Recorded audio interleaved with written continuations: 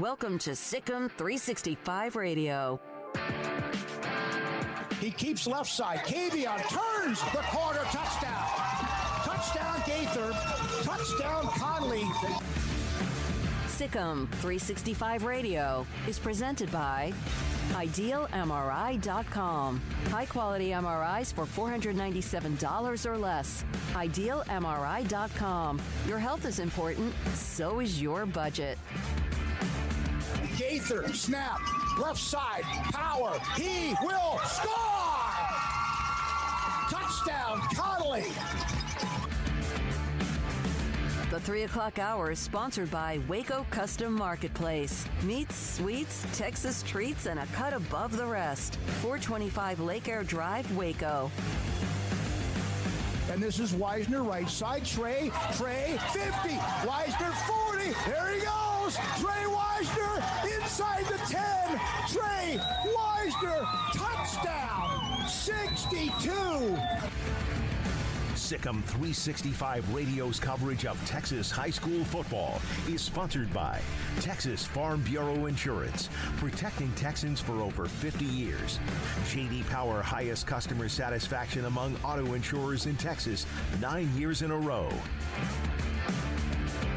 From the 2, the snap. Gaither fumbles the snap, gets away, throws the ball in the end zone. He's got a man there.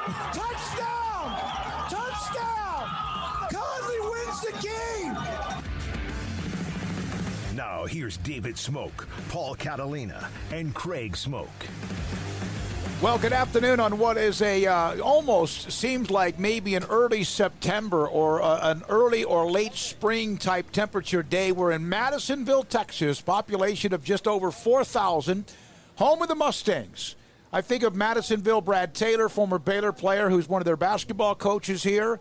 I think of Madisonville, and I also think of Chris Whaley, who was a phenomenal football player who went on to play Texas and ended up being a defensive lineman, a big, nearly 300-pound defensive lineman after a record-breaking career as a running back here at Madisonville. This field, the new turf is it's like 6 years old. The bleachers, in which beautiful facility, I'll put up a picture in a moment, about 5 years old. We're in the press box, as you can imagine. And everything around here at Madisonville ISD and high school, very impressive with the softball and the baseball fields that looked spectacular, and the gym right behind us. Craig Smoke, Paul Catalina. Ryan Davis is here with us today. He'll be our spotter tonight and part of producing the broadcast between Conley and Center in a 4A Division II playoff game. Conley and Center tonight, 6:30 the pregame, and 7 o'clock is the kick. I opened up, as soon as I turned on my Twitter account earlier today, the first thing I saw was that Central Texas Christian School has been, their game with Hallettsville Sacred Heart canceled. Hallettsville Sacred Heart has a flare-up of COVID, and so that means Central Texas Christian School continues on. They'll be playing next week. There are a bunch of games tonight, even with some cancellations around the state of Texas. So week 1 of the high school football playoffs for everybody 4A and below. TAP still has some games they're trying to catch up on. And, of course, NFL tonight. Baylor on Saturday in Lubbock. Paul Catalina, Craig Smoke, good afternoon. Yeah, what a drive down here. It's a lovely drive down 164, I thought. You know, I called Rusty Nell, who's the AD here, longtime coach at Mart. He told me, go down, take 164 off of 6 through Mart to Groesbeck to Buffalo, down 45, stopped at Woody's for a little bit to get a couple of things, and headed in from Centerville to Madisonville, and here we are. I've never actually been in Madisonville proper. I've driven by it many times, of course, on I-45. Craig, anything in particular? Baylor men's basketball today, the coaches poll came out, their number 1 ranked team in the preseason poll. Yeah, I guess that's notable, obviously, and that's great. I don't get too excited about preseason rankings, but I know it's a nice recruiting tool. It's a nice thing for social media, and it's a nice thing to just kind of, have as a tagline on your program for the time being. But, to remain that's the key, and to finish that is the ultimate goal. So the preseason ranking's nice. I know that there were some other teams, like a Gonzaga that, were in the mix for that. I think, what was the AP poll? They were number 2 behind Gonzaga. So, they'll be in that mix based on, everything that we know so far about them. And they're geared up, as much as football's kind of been topsy-turvy at times as they navigate their way through this tumultuous year. You just hope that basketball and some of these upcoming sports aren't nearly as affected because, man, they are loaded for bear, no pun intended. All right, so the Masters began today. They had a slight delay earlier with some inclement national. Paul Catalina, Tiger Woods, as far as I know, has never broken 70 in the opening round. He started on the back nine. He's 4 under, shot 68 today. Well, he's locked in, clearly. I mean, it's just back-to-back. Measure the jacket. Well, hey, let me tell you something. He's still not even close to the lead. It's 7 under, but it's early again. And some of the big names, Bryson DeChambeau had a terrible start with a double bogey on a par 5. He's bounced back. Matsuyama, who's got Webb Simpson? Paul, is that you? I do, yeah. Webb Simpson's played well. But at the top of the leaderboard, it's Paul Casey, shot 7 under today, 65. We'll go over the leaderboard a little bit. Schauffele's there. Most of the ones you would think are there. Rahm, and some of the big boys are there. We'll get to that eventually and go over most of the scores in the first round of Augusta National. I don't remember them, and I'm sure it's happened because they've had weather delays, but ever starting on the back nine. I wonder if that's the first time because of the time change. I don't remember that. Maybe there's a chance when they've resumed around and somebody might have been on 12 or 15, whatever. But playing the back nine is easier. Yeah. Those are those par 5s on 13 and 15. Not that you can't get in trouble, but so that's what's going on. We'll update on the Masters at Augusta National as well. Now, Baylor and Texas Tech Saturday afternoon. I saw Colt Barber put something up earlier today that Tech's going to play both 2 quarterbacks. Did you see that, Craig? No, I didn't see that, but that was something that had been said earlier this week. I think Matt Wells had commented on Monday or so that, Alan Bowman's available, and, they haven't eliminated the possibility of him seeing some time. So, in a game where both teams are in desperation mode as far as a win goes or really needing a win, you're going to do whatever it takes. And so with an offense that has been pretty average with Texas Tech, Columbia's been okay, but, nothing special. So it's not like they have a surefire thing at quarterback. So, hey, if you don't have one, you got 2, and see which one maybe puts on a big performance for you on Saturday. But hopefully for Baylor, neither one does. Yeah, we'll see what happens, and that just might be trying to get themselves a start. Although Wells had talked about Columbia, that's who they were going to roll with, and it looks like perhaps Bowman might be a part of that as well. We're live at Mustang Stadium in Madisonville, Texas. We're going to hear from a couple of high school coaches very quickly in Bosqueville's Clint Zander and also Centerville's Kyle Hardy. They're just a couple of teams that are playing throughout the night tonight. There are many games on this opening night of the high school football playoff seasons, week number 12 in the UIL, from Class 1A all the way up to Class 4A as well. Also, this is an off week for the Cowboys, so not much going on there, but we'll have Mickey today at 4:30, Max Olson today at 4, and West tonight, the Trojans are playing against Kemp. They're favored in Class 3A Division I, and my conversation with senior running back Trey Yannick, he'll join us today at 5 o'clock. Jeff Hume, Midway coach. They have to beat DeSoto tomorrow night to make the playoffs. He'll join us today at 4:45. And apparently Midway's announced that they've canceled their non-varsity games tonight, so looks like there's a little bit of an outbreak occurring over at Midway. And, fortunately their games, 24 hours or so away, but that's something to keep monitoring, obviously, if they're having to make that cancellation tonight, but that could just be a precautionary measure. Yeah, it could be, and there's no room for error. They played DeSoto. This is it. Tomorrow night against the Eagles, who are very good, coming off the 7-point shootout loss to Cedar Hill, 49-42. Duncanville and Cedar Hill play for the district title. They play tomorrow night. So that's what's going on. We'll have our pick'em today as well. We'll have to kind of figure out where we do that, because of the Trey Yannick interview that will take up the first 15 to 20 minutes of the 5 o'clock hour. Here's a young man that was 100 yards away from the fertilizer plant explosion. His mother and Coach Woodard gave me a lot of information about him. It dates back to him all of a sudden kind of like understanding his accountability, responsibility, leadership as a sophomore when former running back Preston Johnson handed him gloves. It's a tradition at West High School. You pass your gloves on after your last game to somebody else. At Preston Johnson, who is a tremendous running back at West, is the one that gave those to Trey Yannick. And to me, he said to me, like, that's when I realized I got to grow up and become a man and play the game the way it's supposed to be played. Sam Bradshaw today, S11, will join us at 5:30, so we're loaded up quite a bit as well. We'll take a break here, Paul, or you want to wait till we get to Bosqueville? Yeah, let's go ahead and take a break. All right, let's take a break right here. Craig Smoke, Paul Catalina, Ryan Davis. We are normally in studio, but because of the Connolly game tonight, we're not. We'll be back in studio tomorrow at 101 Elm Avenue on the corner of MLK and Elm, just across from the Brazos River. Just say it. Pioneer. Okay. All right. Sorry. This is Sic'Em365 Radio. If you're building something, you need steel, metal, bulky, something heavy, something thick, something that will help you protect whatever you're building and whatever it is on the inside. You need to contact Pioneer Steel and Pipe.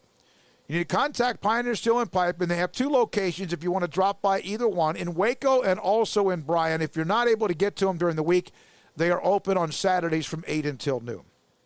Steel and pipe, metal.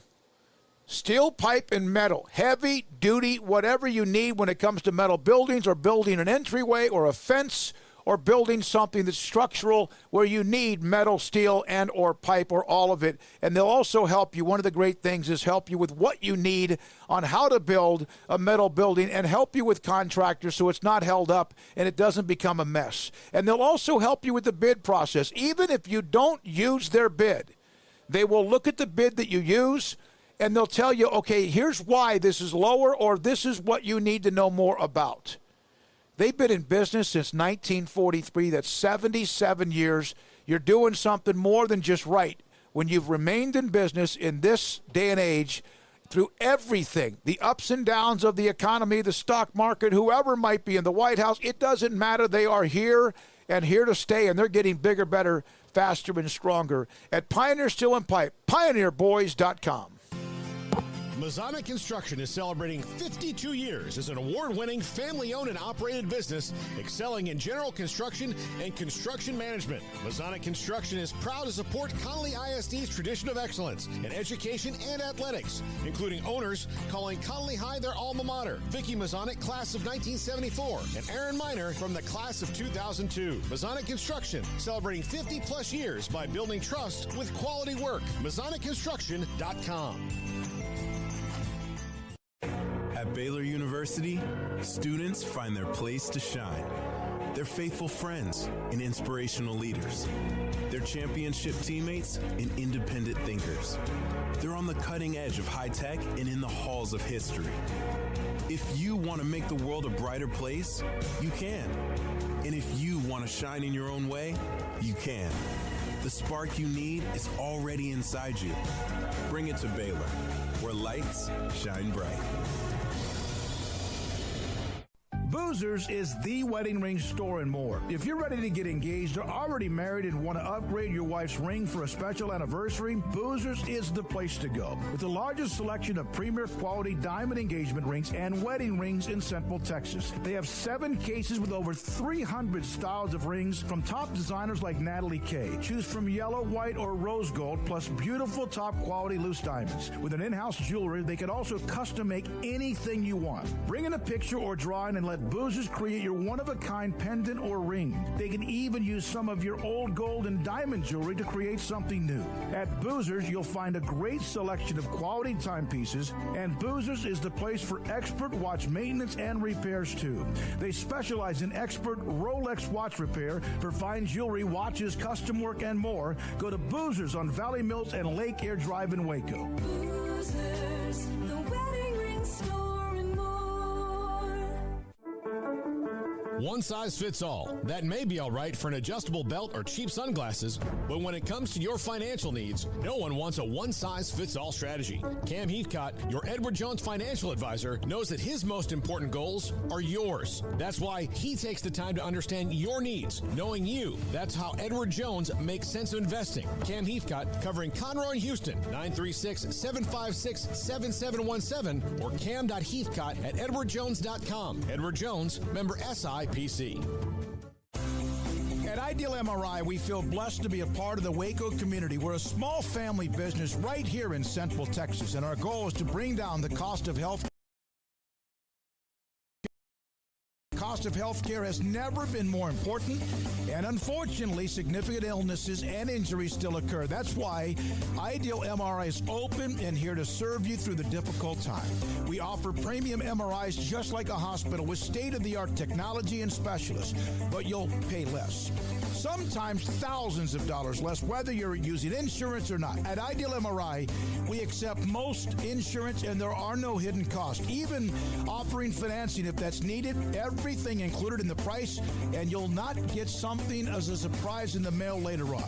If you need an MRI, ask your doctor about Ideal MRI. They'll know. You can schedule an appointment safely from home online in minutes at idealmri.com or give us a call, 833-IDEAL-MRI, idealmri.com. Let Camille Johnson Realtors guide you seamlessly through the process of buying your dream home or selling your current one. Commercial, farm and ranch, or residential, Camille Johnson Realtors can smoothly and successfully lead you through any transaction. With a team of 28 experienced agents who are excited about serving you, Camille Johnson Realtors services the entire greater Waco area. If you're in the market to buy or sell, contact Camille Johnson Realtors, 104 Midway Center in Woodway, or find them online at www.camillejohnson.com. Camille Johnson Realtors, elegant, charming, warm. Welcome home. This is Sic'Em365 Radio. Text us at 254-339-1122. The Sic'Em365 Radio text line is sponsored by Riverbend Liquor and Wine, with the most extensive variety of craft beer in Waco. A hidden gem on Lakeshore Drive and 19th Street. Back at Mustang Stadium in Madisonville, Texas, later tonight, our pregame 6:30. Connolly and Center in 9-4A. 9-4A Division II against 10-4A Division II, Class 4A Division II by district game. Also tonight, Bosqueville is playing against Marlin. Marlin's been a great story this year and what David Haynes has done with the Bulldogs and what Bosqueville's done. It seems like Clint Zander, head coach, joins us live on Sic'Em365 Radio. Clint, it seems like you guys are pretty good. You took Crawford to the edge. You played against really good Holland early in the year, but it seemed like you're somewhat under the radar this year. Do you feel that way? I hope so. We like to think we're pretty good, and if the target's on somebody else's back, then maybe we can be the one shooting the arrow. So that's kind of our mentality, and we're going to keep doing what we do and try to play the best we can each week. What is the mentality of your guys the attitude that they have when they feel under the radar slighted? Are they loose? Is that the proper way to describe it? I guess so. They just go out and do their job, and that's what we preach every day. And just do your job and let your buddy do his job, and together you'll be successful. And so that's kind of what we try to preach. Coach, does it feel like playoff time? It does. It does. It seems like it's been a long season, although we only played 9 games. We missed the first game because of scheduling snafu when the county did their little thing early in the year. But we were fortunate that we got in the rest of the 9, and it seems like it's been a long year, but we're ready to rock and roll in some playoff football. I remember that day, and I also remember then the following week when they then to work. Back during that time between those 2 days, within about a week apart, did you ever think we would get to the playoffs? To be honest, no. You felt like a big punch in the gut, and you felt like the kids were being punished. I guess maybe that may not be the best word, but that's what it felt like. And I know that cautions had to be taken, and you got to do what's best for everyone's health. And so I found through summer workouts, all the coaches in the area had done a good job of implementing protocols and keeping people healthy. And then all of a sudden, you get the punch in the gut that you're not going to get to play. And so that was tough, but, we're fortunate to get started up and get things rolling. You've had quarterbacks that have put up big numbers, seemed like quite a bit over the years. You have one right now, and I know he hasn't been flawless week in and week out, but what Luke Bradshaw has done and grown up and the progress he's made at quarterback. Oh, it's tremendous. Last year he was real uncertain about things and unsure of himself even. And it's been night and day this year. He's throwing the ball well and reading our offense well, throwing to the right people. He's had at least 2 district ball games with 5 touchdown passes, and he's run for some. So I can't speak enough about how much he's grown from last year to this year. Speaking of that, you've seen what Marlin's done. You know what they've been through, the story there, and what David Haynes Jr., and they've got some great people now that are trying to get that independent school district where it needs to be. What have you seen from them? Because they seem to really be just a completely different animal. They are. They've got several athletes in the backfield that can score from anywhere on the field. So anytime you have that, you got a chance to be competitive and win. And, I think the main thing that Coach Haynes has done is reeling in some of the bad weeds and getting them on the right path and making things, holding people accountable, I guess is the right way to say it. And so when you do that, people start to buy in, and you start getting a few wins here and there, and next thing you know, you're in the playoffs and you're making playoff runs, and that's what I've seen over there from him. When I think of Bosqueville, I think of Clint Zander. What do you think of? Well, I appreciate that. I've been here a while. I'm fortunate to have a really great coaching staff, and that I've got, former head coach on my staff that used to be in the district, and, 4A offensive coordinator that's back with me that played the state championship game, and just guys that have been here a long time, and they understand me, and they may not like me all the time, but they know where our program wants to go and where we're headed, and our kids know that too. We're not changing every other year because of a new coach, and so I think that's the big part of it is, I followed John Bechtel, who I was his defensive coordinator. So for 17 years, our kids have been doing the same thing. And I think that's, something to be said for that. We're not maybe always the most talented, but we're going to try to do things right and try to have good character doing it. And I think our kids know that, and that's the reason we're successful. I remember, Clint, back in the summer when things were on and off, I came to visit you in the field house, and, you were sitting there in your office, and everyone had their masks on, and no one knew what the future was like. It was great that you were back to working out. Thanks for your time today. Appreciate it. Good luck tonight. Good luck to both Marlin and also Bosqueville. Have a great night. Thank y'all. That's Clint Zander, head coach at Bosqueville, with a Sic'Em365 radio. We'll hear from Kyle Hardy from Centerville. He'll join us in a moment. They have a tough test tonight against Holland. Of course, Brad Talbert and Holland had a fantastic team last year, and they'll join. They play tonight. There's also that Glen Rose is playing community. There's a really good game tonight in 2A between Thorndale and Leon. A lot of 2A games. There's some 3As and 2As and 4As. We'll hear from Trey Yannick, the running back at West, as I mentioned, in a lengthy one-on-one.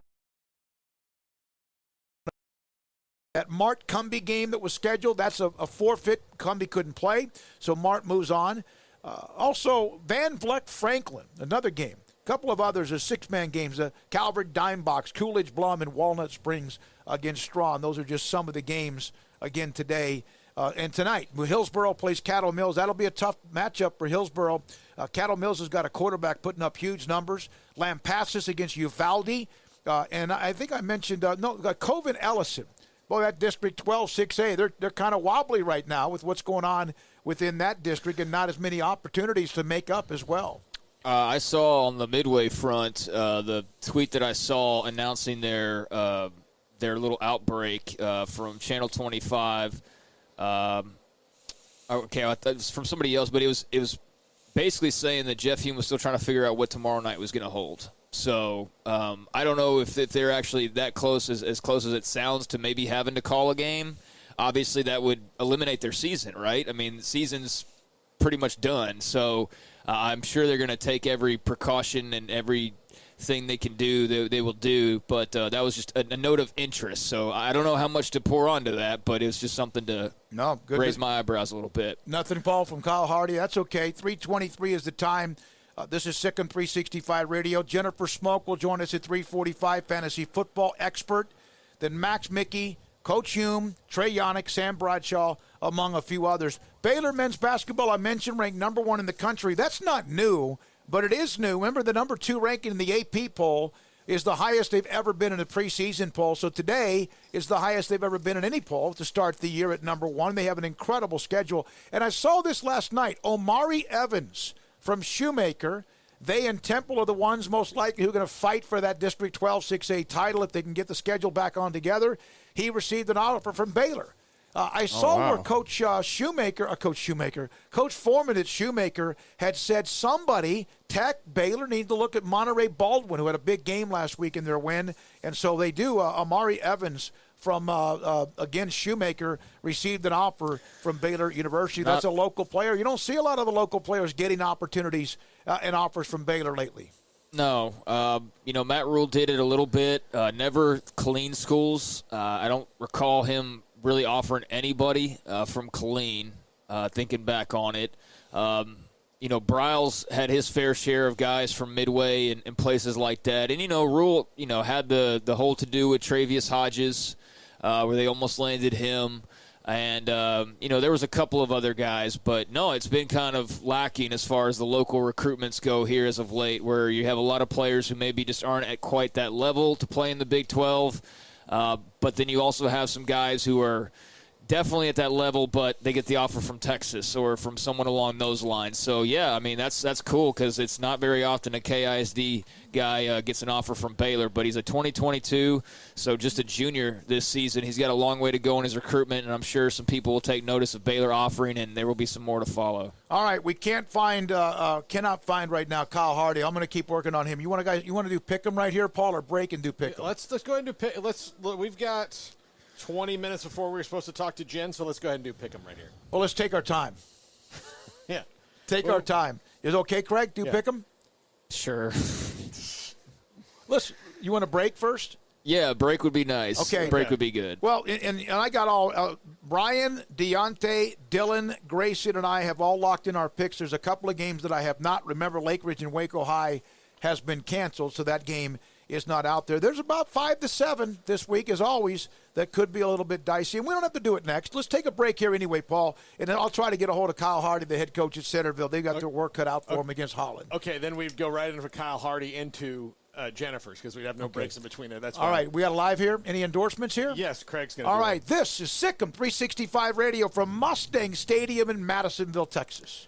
It's the holiday sales event going on now at Richard Carr Buick GMC Cadillac.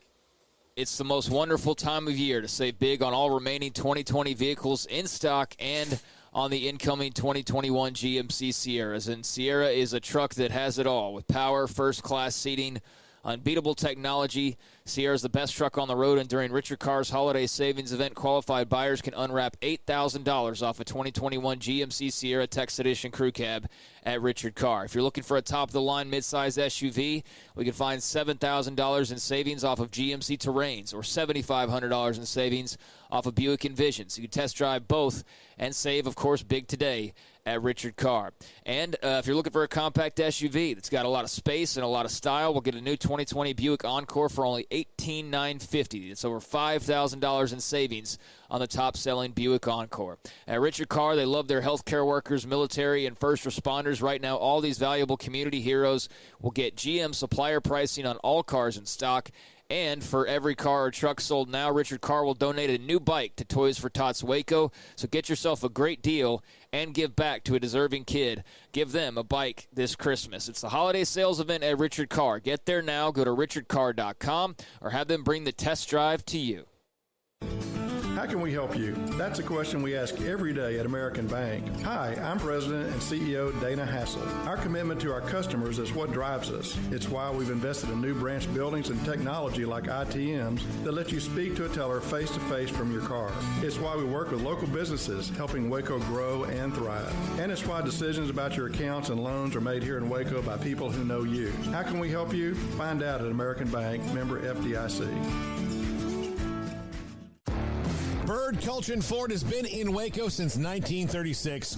Ford, the #1 selling truck in Texas, 43 years running. And Bird Culchin Ford proudly supports high school football in Central Texas. And no better way to tailgate with a Ford than from Bird Culchin Ford. And are there better vehicles to tailgate with than the Ford F-150 or the Ford Expedition? And of course, you can get them new pre-owned Bird Culchin Ford. Our sponsor of the Ford Tough Player of the Week, locally owned dealership. Online at bkford.com at 1701 West Loop 340 in Waco. Bird Culchin Ford.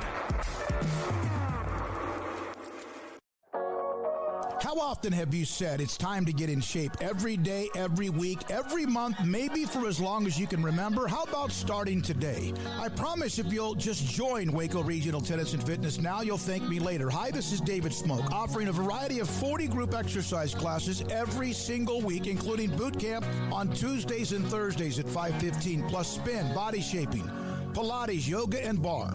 And there's a free kids club as well. Waco Regional Tennis and Fitness open Monday through Thursday, 5 to 10, Friday, 5 to 8, Saturday and Sunday, 7 to 7, and personal trainers, Christy London and Randall Court. World-class tennis facility with pros Britt Coleman and Joe Rosa with lessons, camps, and special events. Spacious and clean workout rooms, locker room for men and women, both with a whirlpool and sauna, and now there's touchless bottle filling stations. No intimidation, tremendous camaraderie, an entirely new atmosphere, and yes, you can do this, but you have to walk through the front door. It's time to react today, not tomorrow. Waco Regional Tennis and Fitness on Lake Shore Drive in Waco.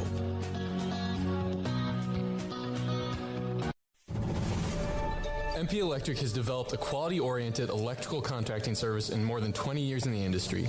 Led by President Mark Perry, our electricians go through a 5-year apprenticeship program, are licensed by the state of Texas, and getting continuous education annually upon renewal. In great part, the success of MP Electric lies with its management and professional expertise of its employees. All of our employees share a dedication to quality and commitment to serving the needs of our customers. For new construction and remodels, parking lot, lighting and surge protection, landscape lights, security lights, troubleshooting and repairs. For industrial manufacturing, food and beverage, paper and publishing, heavy industry, cement and rock crushing plants, water distribution plants, and utilities. For 20 years, MP Electric has serviced industrial, commercial, and residential products. We do service right. MP Electric Inc. at 1890 Galaxy Road, Waco. MPElectricUSA.com.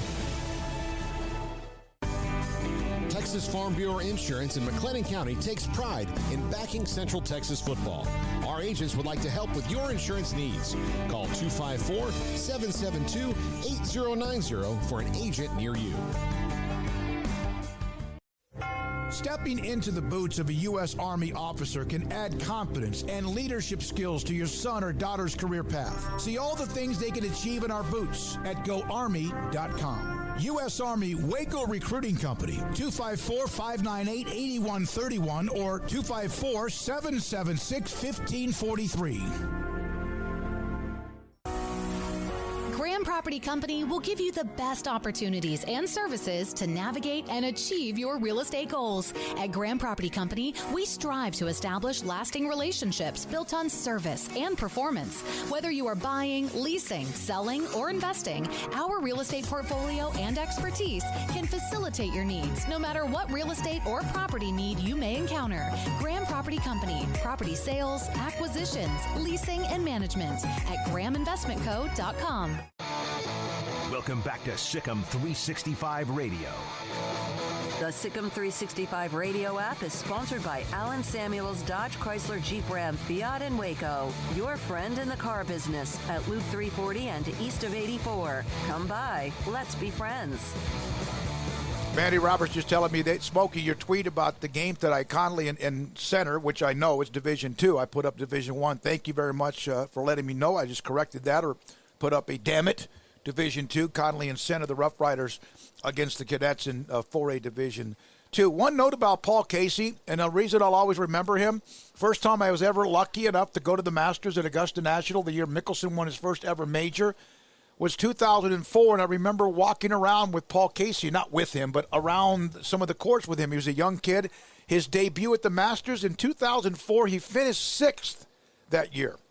Sixth, his highest finish was 4 years ago. He tied for fourth, finished sixth a couple of times.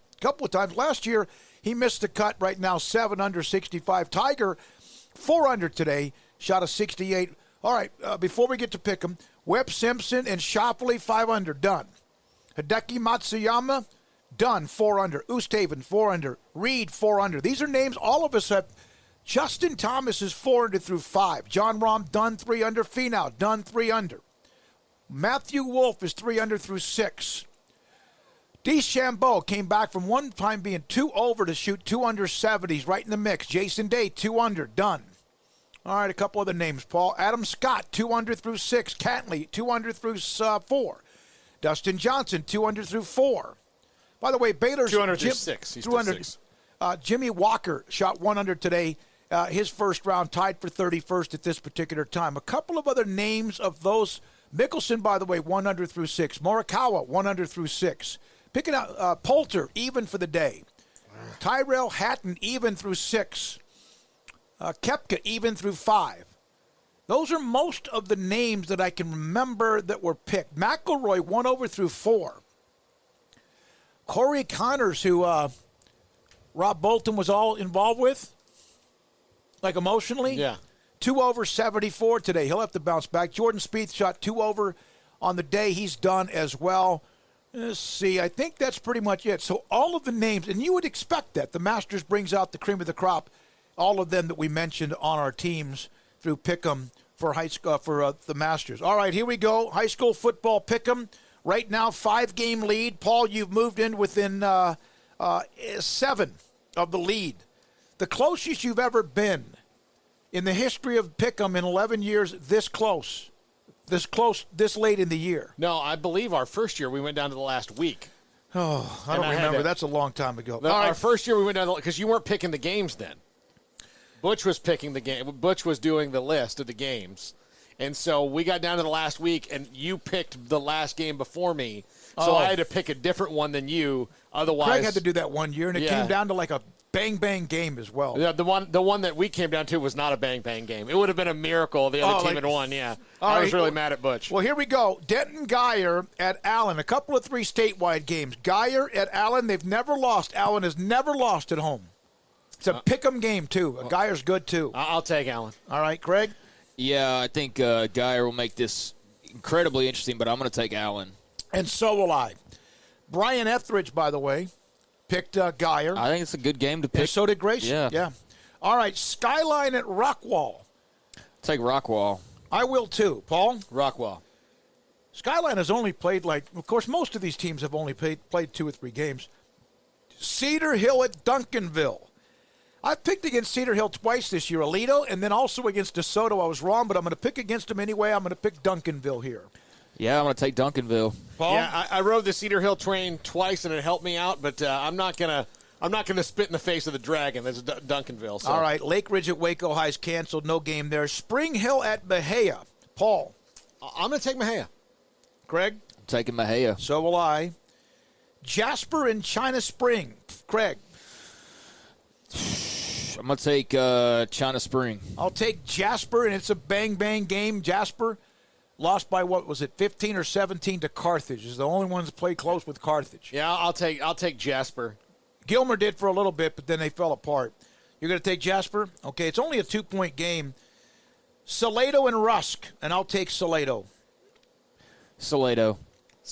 All right, Conley and Center. Paul? I'll take Conley. I'm going to go with Connolly. I'll go with Connolly. They seem as if they're playing their best football. We've picked against them a couple of times, each of us, this year, when they just did not seem like they were in a good mode.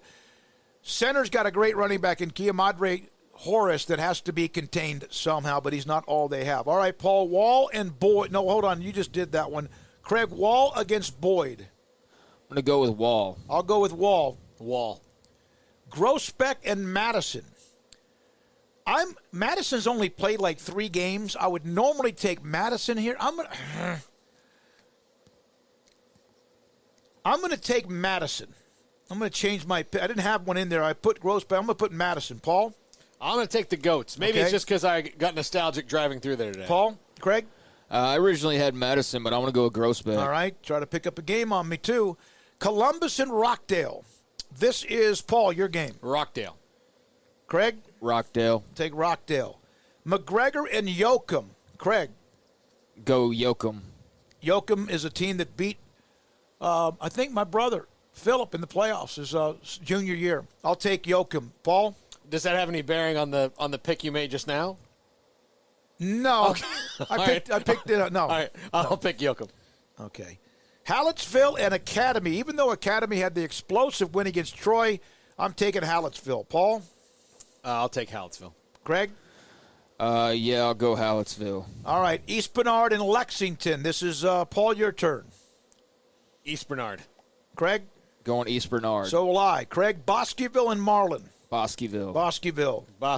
All right, it's mine. Italy and Rio Vista. I'll take the Gladiators of Italy. Italy. Okay. Paul Holland and Centerville. I'm going to take Holland. Craig? I'm going to go Holland. I will too. Craig, Leon and Thorndale. Leon. I'm taking Leon as well. You know what? I'm going to change that up. I'm taking Thorndale. Are we picking all the games of the road every team we went, every city we went through. I'll take Thorndale. All right, Hearn and Grapeland. I will take Hearn. Paul? Hearn. Craig? Hearn. All right, in the last pick, I think I just jumped ahead of you, Craig. If I did, Oglesby and Oakwood. I'm taking Oglesby. I will take Oglesby. Oglesby. All right, they got two running backs. Actually, talked to both of those coaches. We're going to have Jeb Dixon, the head coach at Oglesby. He'll join us tomorrow on the show. We're live at Mustang Stadium in Madisonville, Class 4A Division II tonight by district. And it's Center, and it's Connolly. I'm 5 games back right now, or more than that now.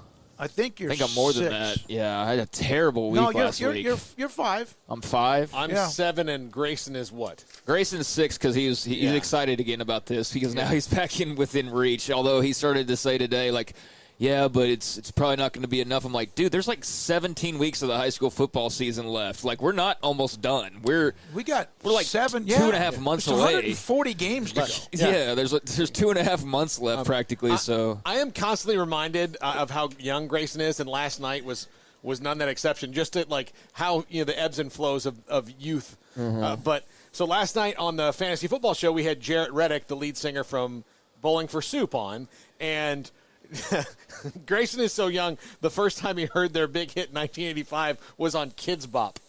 Oh, really? Yeah, it wasn't Volume 36 or whatever. Yeah, the Kids Bop album. So that's how young Grayson is. And when he said that last night, I was like, "Oh, you are young." Like Armstrong knows him because they're the theme. They sing the theme song to Phineas and Ferb, which is a cartoon he grew up with. But it is weird that was Grayson. I guess I think of Grayson as older because I've just seen him at 100 press conferences. So I categorize him into our age group. Jennifer Smoke will join us in the next segment. Go ahead, Craig. He's a pup, but no, he's had a good little run in pick'ems right now. Yeah. Okay, so I'm up 5 on Craig, 6 on Grayson, 7 on Paul, and then Dylan and Brian and Deontay try to get themselves back in the mix. But I got this from Sean Hunt. Thank you, Sean. Former Richfield coach Tom Flood passed away earlier this week on Monday. He came to Richfield in 1979 when they were running the wishbone under Danny Palmer, who went on to coach at Tyler Junior College. Went 3 wides and opened it up with Alfred Anderson at quarterback. Played for Bear Bryant at Texas A&M. Services for Tom Flood, former Richfield coach, back before they consolidated into Waco High. Services for Tom Flood will be in West on Saturday. So hate to hear that about Tom Flood, and he's gone.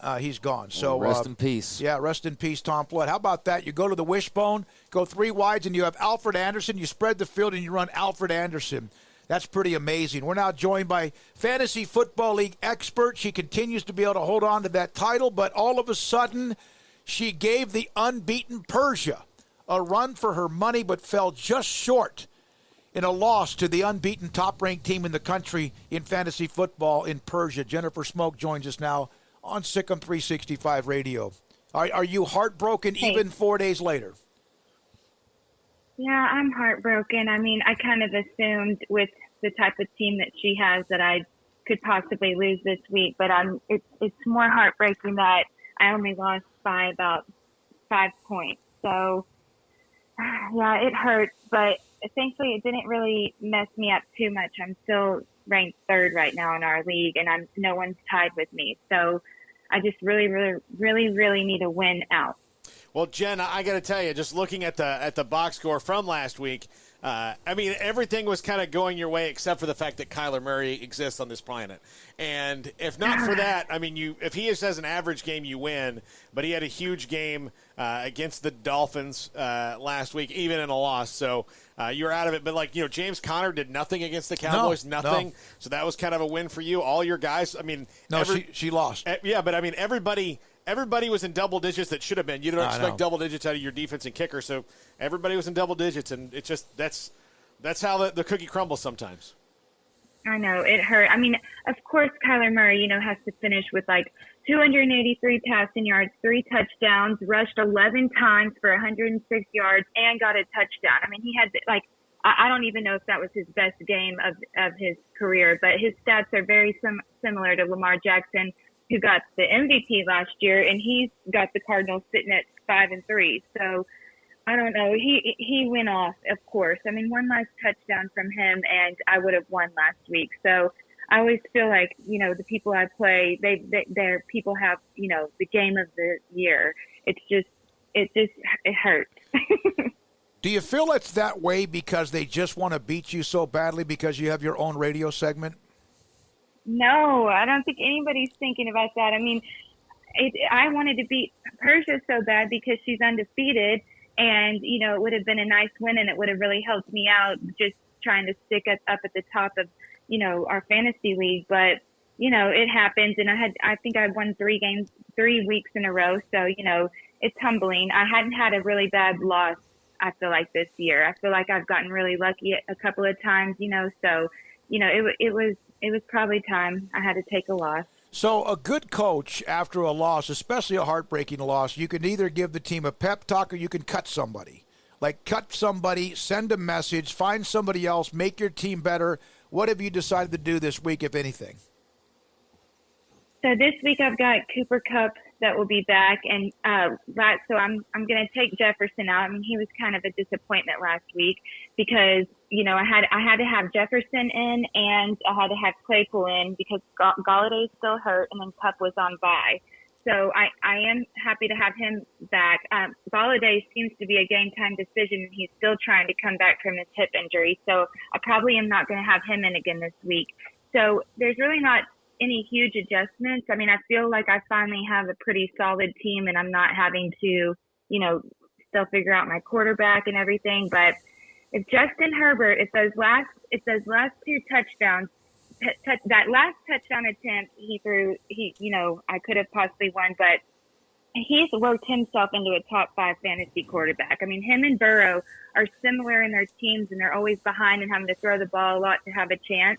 But both Herbert and Burrow are competing for Offensive Rookie of the Year, I feel like. So I'm very happy I picked up Herbert because otherwise I feel like I'd be struggling. Well, your lineup looks pretty solid this week. I mean, I know you'd rather have Galladay back, but I think I don't have any real critiques this week. I don't know if that makes you feel better or anything, but yeah, me neither, Jen. I don't have any yet. I know, Craig. I didn't expect you to. It's Hunter Henry. I mean, I'm almost tempted to pick Ertz. I mean, I don't know when Ertz is going to be healthy again, but Hunter Henry is my tight end, and he had 4 red zone targets last week, 2 of which were pass interference penalties. And it's frustrating because he's got the potential to be a great tight end, but it's just he's so inconsistent. Every time he gets the, ball thrown to him, he doesn't catch it or something, they get a flag. So, I need him to do a little bit more, but I don't know. I mean, I feel like Justin against Herbert against the Chargers this week. Against Miami. If he can play like Kyler did last week, then that would be great. But yeah, I don't think I need to make too many adjustments right now. I did pick up Jerry Jeudy. I got him on waivers, and he has some upside for the rest of the year. So I feel like with Drew Lock has looked better as the year has progressed, and Jeudy has become one of his, main targets. So I would say if Judy's available in someone else's league to go out and get him ASAP, because he torched the Falcons last week, finishing with 7 catches, 125 yards, and a touchdown. So I think he's starting to gain some confidence. Well, you keep scoring the amount of points you score each week. I know a couple of weeks ago you won. You didn't have to score as many points, but you keep scoring the 130 range or whatever. You're going to be fine, and you're going to be at the top level in that league. And now, Craig, you have any questions for Jennifer? No, I think she's answered everything I was dying to hear, so I'm good. Well, this week I'm playing Kara, and Kara started out the season kind of slow, and then she got her roster right, and she's actually been doing pretty good. So there's Persia is first, Tara second, which I've always thought Tara had the best team in the league, but she had some injuries and some people on byes at bad times. So I'm third, and I'm by myself. But then right behind me, you have about 4 girls that have all the same record. So that's why it's so important for me to continue to win so that I can stay above them and at least make it to the playoffs. But, Tara, I'm playing her this week. It looks like she's actually adjusting. It looks like her projected. Oh, never mind. She hasn't changed anyone. She's got 2 people in right now or 3 people in that are on bye. So it's hard to see what the matchup is going to be like this week with her because she hasn't changed out some of her people, which maybe she'll forget. But I just have to keep winning. Shouldn't you, as a friend, in the fact that she's going to be your maid of honor, don't you think you should call her and tell her she's got a few people? She's not my maid of honor. No, I'm not going to call and tell her, but no, I'm not going to tell her. You said Kara, not Tara, right? Yeah, Kara. Yeah, that's why. Yeah, Tara I thought you said. Oh, yeah. I thought you said Tara Richmond. Tara No. Okay. She's too busy having babies left and right. Oh, to my play God. fantasy football, I think. How does she have time to know if there's on a bye week? She's got kids and stuff. I mean, I'll just tell you, if she does it, she's got 4 people she needs to put in. Paul, if she doesn't, don't reiterate it. I mean, we're trying to slide this by. They listen. I don't think Jennifer wants to win that way. Win is a win. I think she. Absolutely. Belichick would not call her. I mean, you do. I mean, that's how you do it. Jennifer's honorable. She's not a snake in the Paul. grass.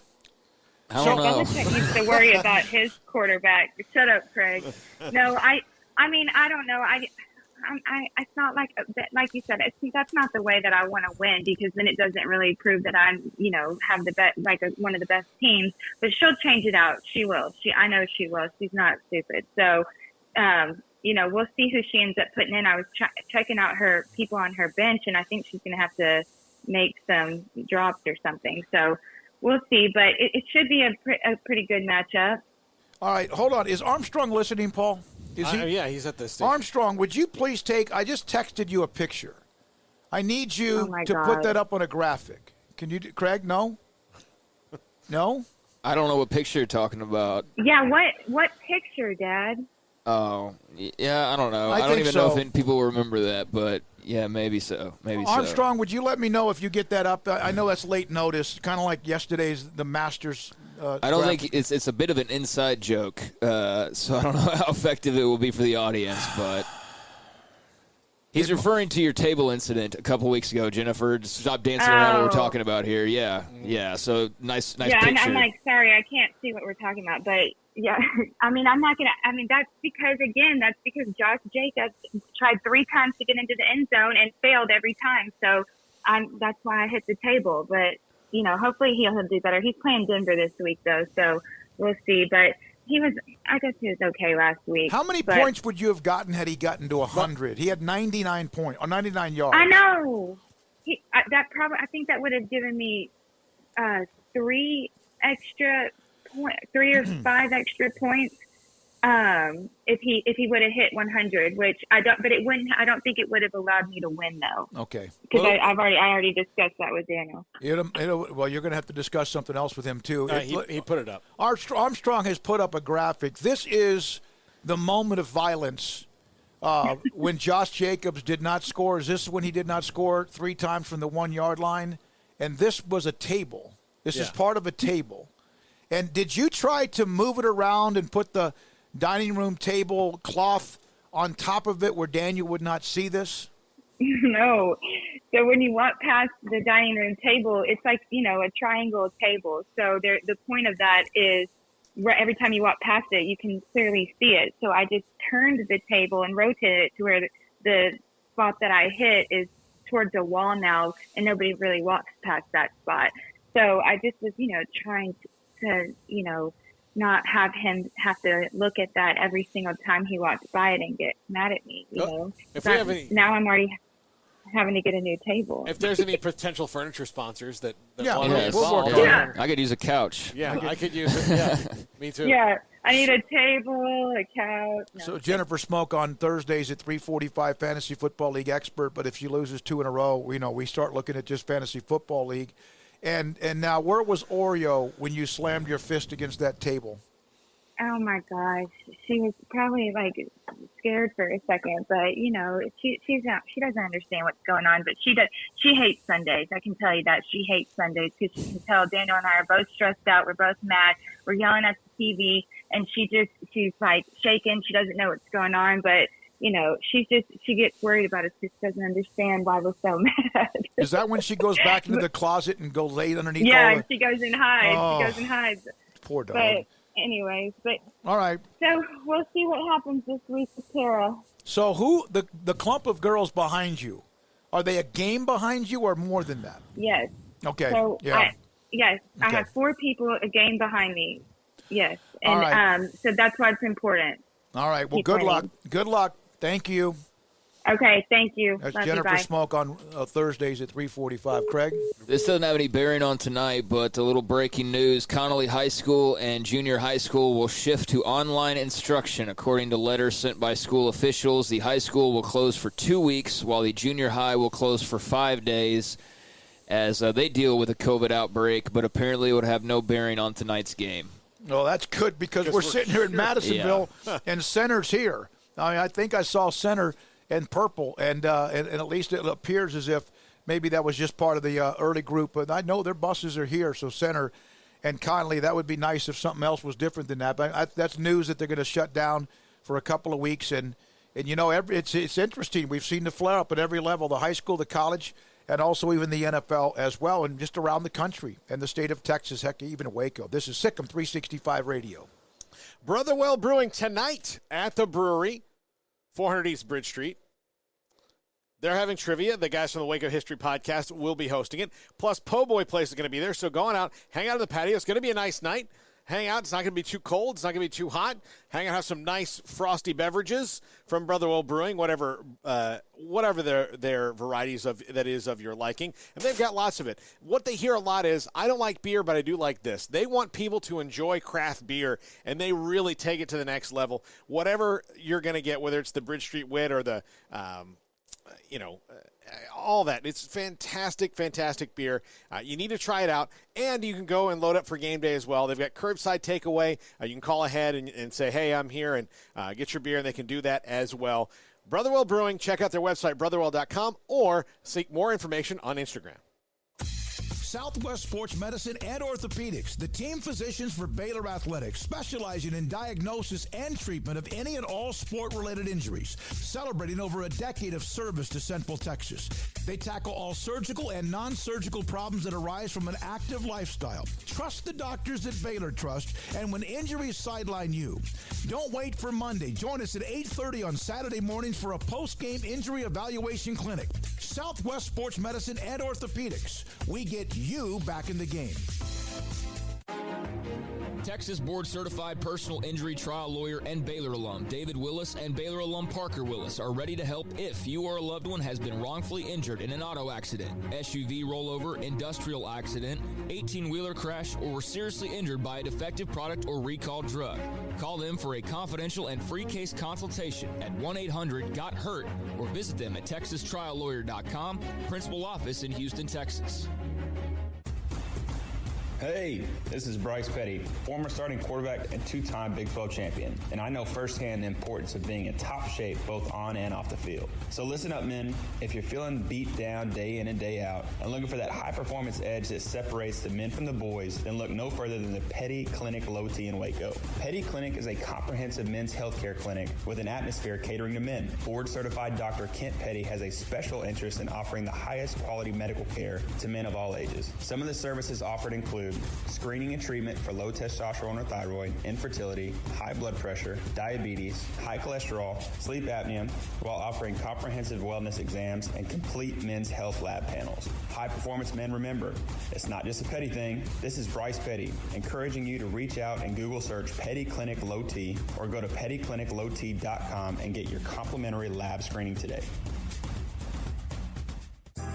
Riverbend Liquor and Wine has their easy-to-access drive-thru open and convenient and clean in-store location on the corner of Lakeshore Drive and North 19th Street in Waco. Riverbend Liquor has the best and most extensive variety of craft beer selections in Waco, and Balcones whiskey, including single malt, pot still, baby blue, rye, brimstone, and the all-new lineage in stock. Riverbend Liquor and Wine, family-owned and operated, and a hidden gem in Waco on Lakeshore Drive and 19th Street. And find out more on Facebook and Instagram. The Black is back. It's the Black Friday sales event at Allen Samuels. Get special holiday deals on the truck of your dreams, like a brand new Ram Lone Star Crew Cab with special factory discounts and financing, or grab hold of the Swiss Army knife of SUVs, Jeep Gladiator, and head for holiday adventure. The Black is back. The Black Friday sales event from Allen Samuels, your friend in the car business. From the first workout to the last practice, sports is an incredible challenge. Hi, this is Dan Engel with the First National Bank of Central Texas, and we're proud to support each athlete, every parent, and our educators. From families, small businesses, to the biggest industry, we're here to help. With remarkable products like instant issue debit cards free at all of our banking centers, we've got banking ideas that fuel big dreams. The First National Bank of Central Texas. Familiar faces making local decisions. Member FDIC, Equal Housing Lender. With a proven performance reputation spanning 85 years, Sturda Steel operates with one sole purpose, producing the highest quality seating solutions with the best and most efficient processes in the industry. With engineered, fabricated, and installed grandstands and bleachers all across North America. Whether seating 50 to 50,000, the skill and versatility of our workmen are evident in the quality and precision work detailed on every bleacher and grandstand project. Sturda Steel, family owned and operated since 1934 at sturdasteel.com. Welcome back to Sic'Em365 Radio. It's time for our weekly segment with Max Olson of The Athletic. Brought to you by Pioneer Steel and Pipe, where customer service is their main focus. And best in metal, steel, and pipe for large or small projects. With 2 locations in Waco and Bryan. Family owned and operated since 1943. Over the middle. Intercepted.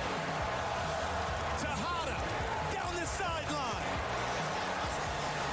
And pushed out of bounds. The 4 o'clock hour is sponsored by Boozer's Jewelers, the wedding ring store, specializing in custom jewelry and repair, all in-house. Now here's David Smoke, Paul Catalina, and Craig Smoke. All right, here we go. We're at Madisonville's Mustang Stadium, Conley and Center tonight, 6:30 pregame on Sic'Em365 Radio, and our good friends at 106.7 FM, The Eagle. We'll have the broadcast 7 o'clock is the kickoff, 7-3 against 6-3 in 4A Division II. Now joined by Max Olson, theathletic.com. Max, it is, Baylor had their flare-up. And it kind of threw the Big 12 not into a loop. They just pushed the Oklahoma State game back. But everyone else around the Big 12 seems to be like, wow. And it seems as if the Big 12 is either doing something really, really good or no one's telling the truth. What's going on, you think? I was going to ask you guys this, like having covered, sort of 2 outbreaks so far. Doesn't that make you guys feel a lot more informed here on what's been going on this week? Absolutely. Yeah, it does. I had a friend here in town, Max, that was convinced that it was just Baylor was bad at this. Yep. And he was convinced. I mean, every time, like, something he's like, no, Baylor's just bad at this. I'm like, no, man, they're more open than a lot of the other schools are. I said, eventually, something's going to happen somewhere that's not telling us something, and they're going to have to be open. And I think that's kind of what's happened in the SEC. Well, I think I would hope by now people have learned. Oh, I just got another alert. Georgia Tech game is scheduled. Yeah, this is just how it goes, guys. Every day we get more of these. I hopefully by now people have learned that it's kind of a fallacy to just go see one of these things happen and start to kind of point fingers and assign blame, because ultimately this still is a very random thing that we're dealing with, and the fact that asymptomatic transmission occurs means that things can spread without anybody really knowing what's going on. And that it's an unfortunate thing, but it's just part of it's the really challenging part of all of this. And I know people get frustrated about all the details of it, the the length of timeout, the contact tracing, all that kind of stuff, and we've certainly seen a lot of that this week in the SEC. And look, I know some people it's maybe a little bit more convenient to say, oh well, look, they had Halloween parties probably, and these kids did all these bad things. That's not necessarily the case. Unfortunately, sometimes this can happen because of sheer bad luck and one player accidentally spreading it to others or staffers or whatever. And unfortunately, we have a lot of these, happening at once right now in the SEC. So we're missing out on some games, Max. And I guess before we look at this weekend, I just wanted to get your thoughts on Notre Dame and Clemson and the wild game that turned into last weekend. Yeah, that was probably the game of the year, I think, at this point, just in terms of how competitive it was, how fun it was to watch.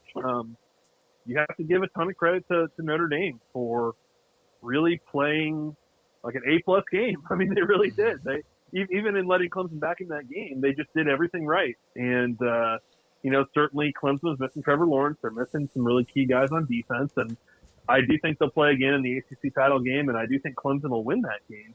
But the way it played out, I think, was pretty perfect for the ACC, because I think if you've got a one-loss Clemson that beats Notre Dame in the ACC title game, and you have an undefeated Notre Dame that loses in that conference title game, I think they're both in the playoffs, unless one of them trips up between now and then.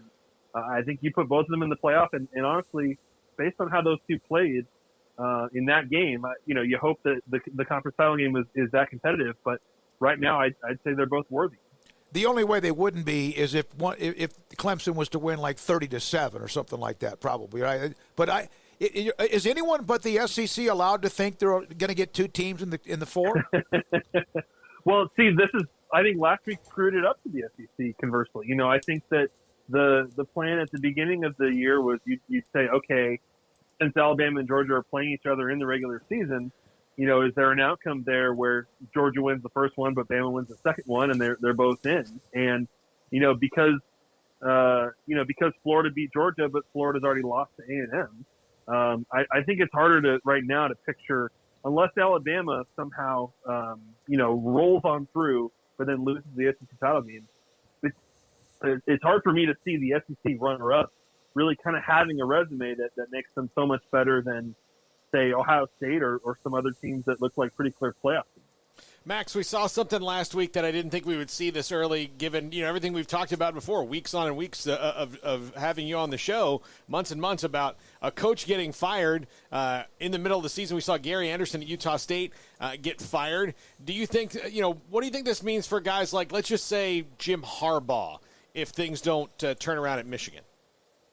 Yeah, I think it's, I certainly felt like all financial considerations of what's going on this year, that it there wouldn't be that much of a carousel this offseason, but never underestimate the angst of fan bases, right? And I think in the Utah State one case, that was a little bit unique because it was some boosters that sort of forced Gary Anderson back into that job, and I just never really thought that hire made sense. And they went backwards right away after how successful they were under Matt Wells.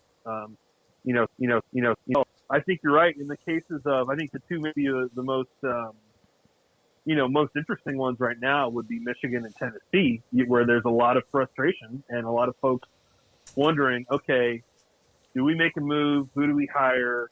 Is it time to give up here? You would think that that's financially not possible, but that's, if enough boosters are mad and willing to pass the hat and make it happen, then it's going to happen, I guess, in this sport.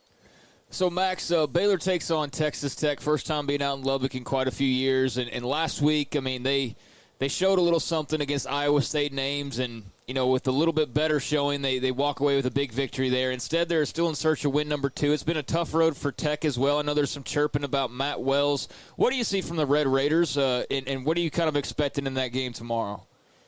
Yeah, it's an interesting one. I think with where both teams are at, somewhat similar positions here.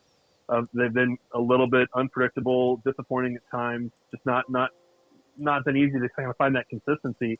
I just kind of wonder, who's going to be the more pissed off team on Saturday, and which team is fed up and ready to, do something about it. Just like when Baylor played TCU, and that was that kind of week for TCU, where they were finally, ready to go have the kind of game they should be having. And so I thought the performance in Ames was certainly encouraging for Baylor.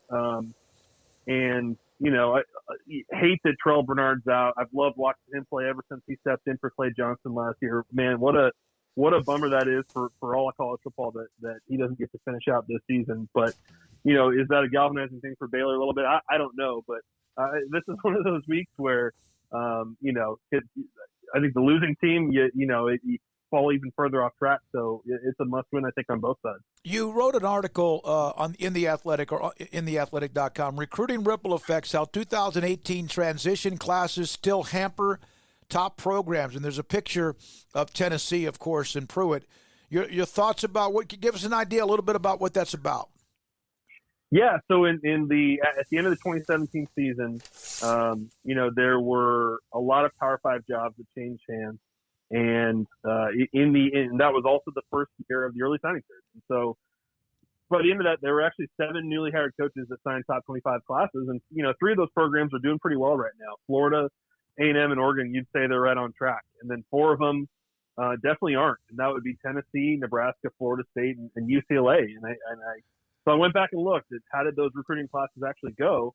And I think right now you can kind of point to those 2018 recruiting cycles and how tough it is to pull off a transition class. But in those cases, they're just not really finding great players in those classes. And I think it sets you back in terms of the progress you make here in year 3 under those staffs. Obviously, Willie Taggart already got fired, and now Pruitt's got a hot seat situation going on. But transition classes are really, really tough, and the early signing period hasn't made them any easier.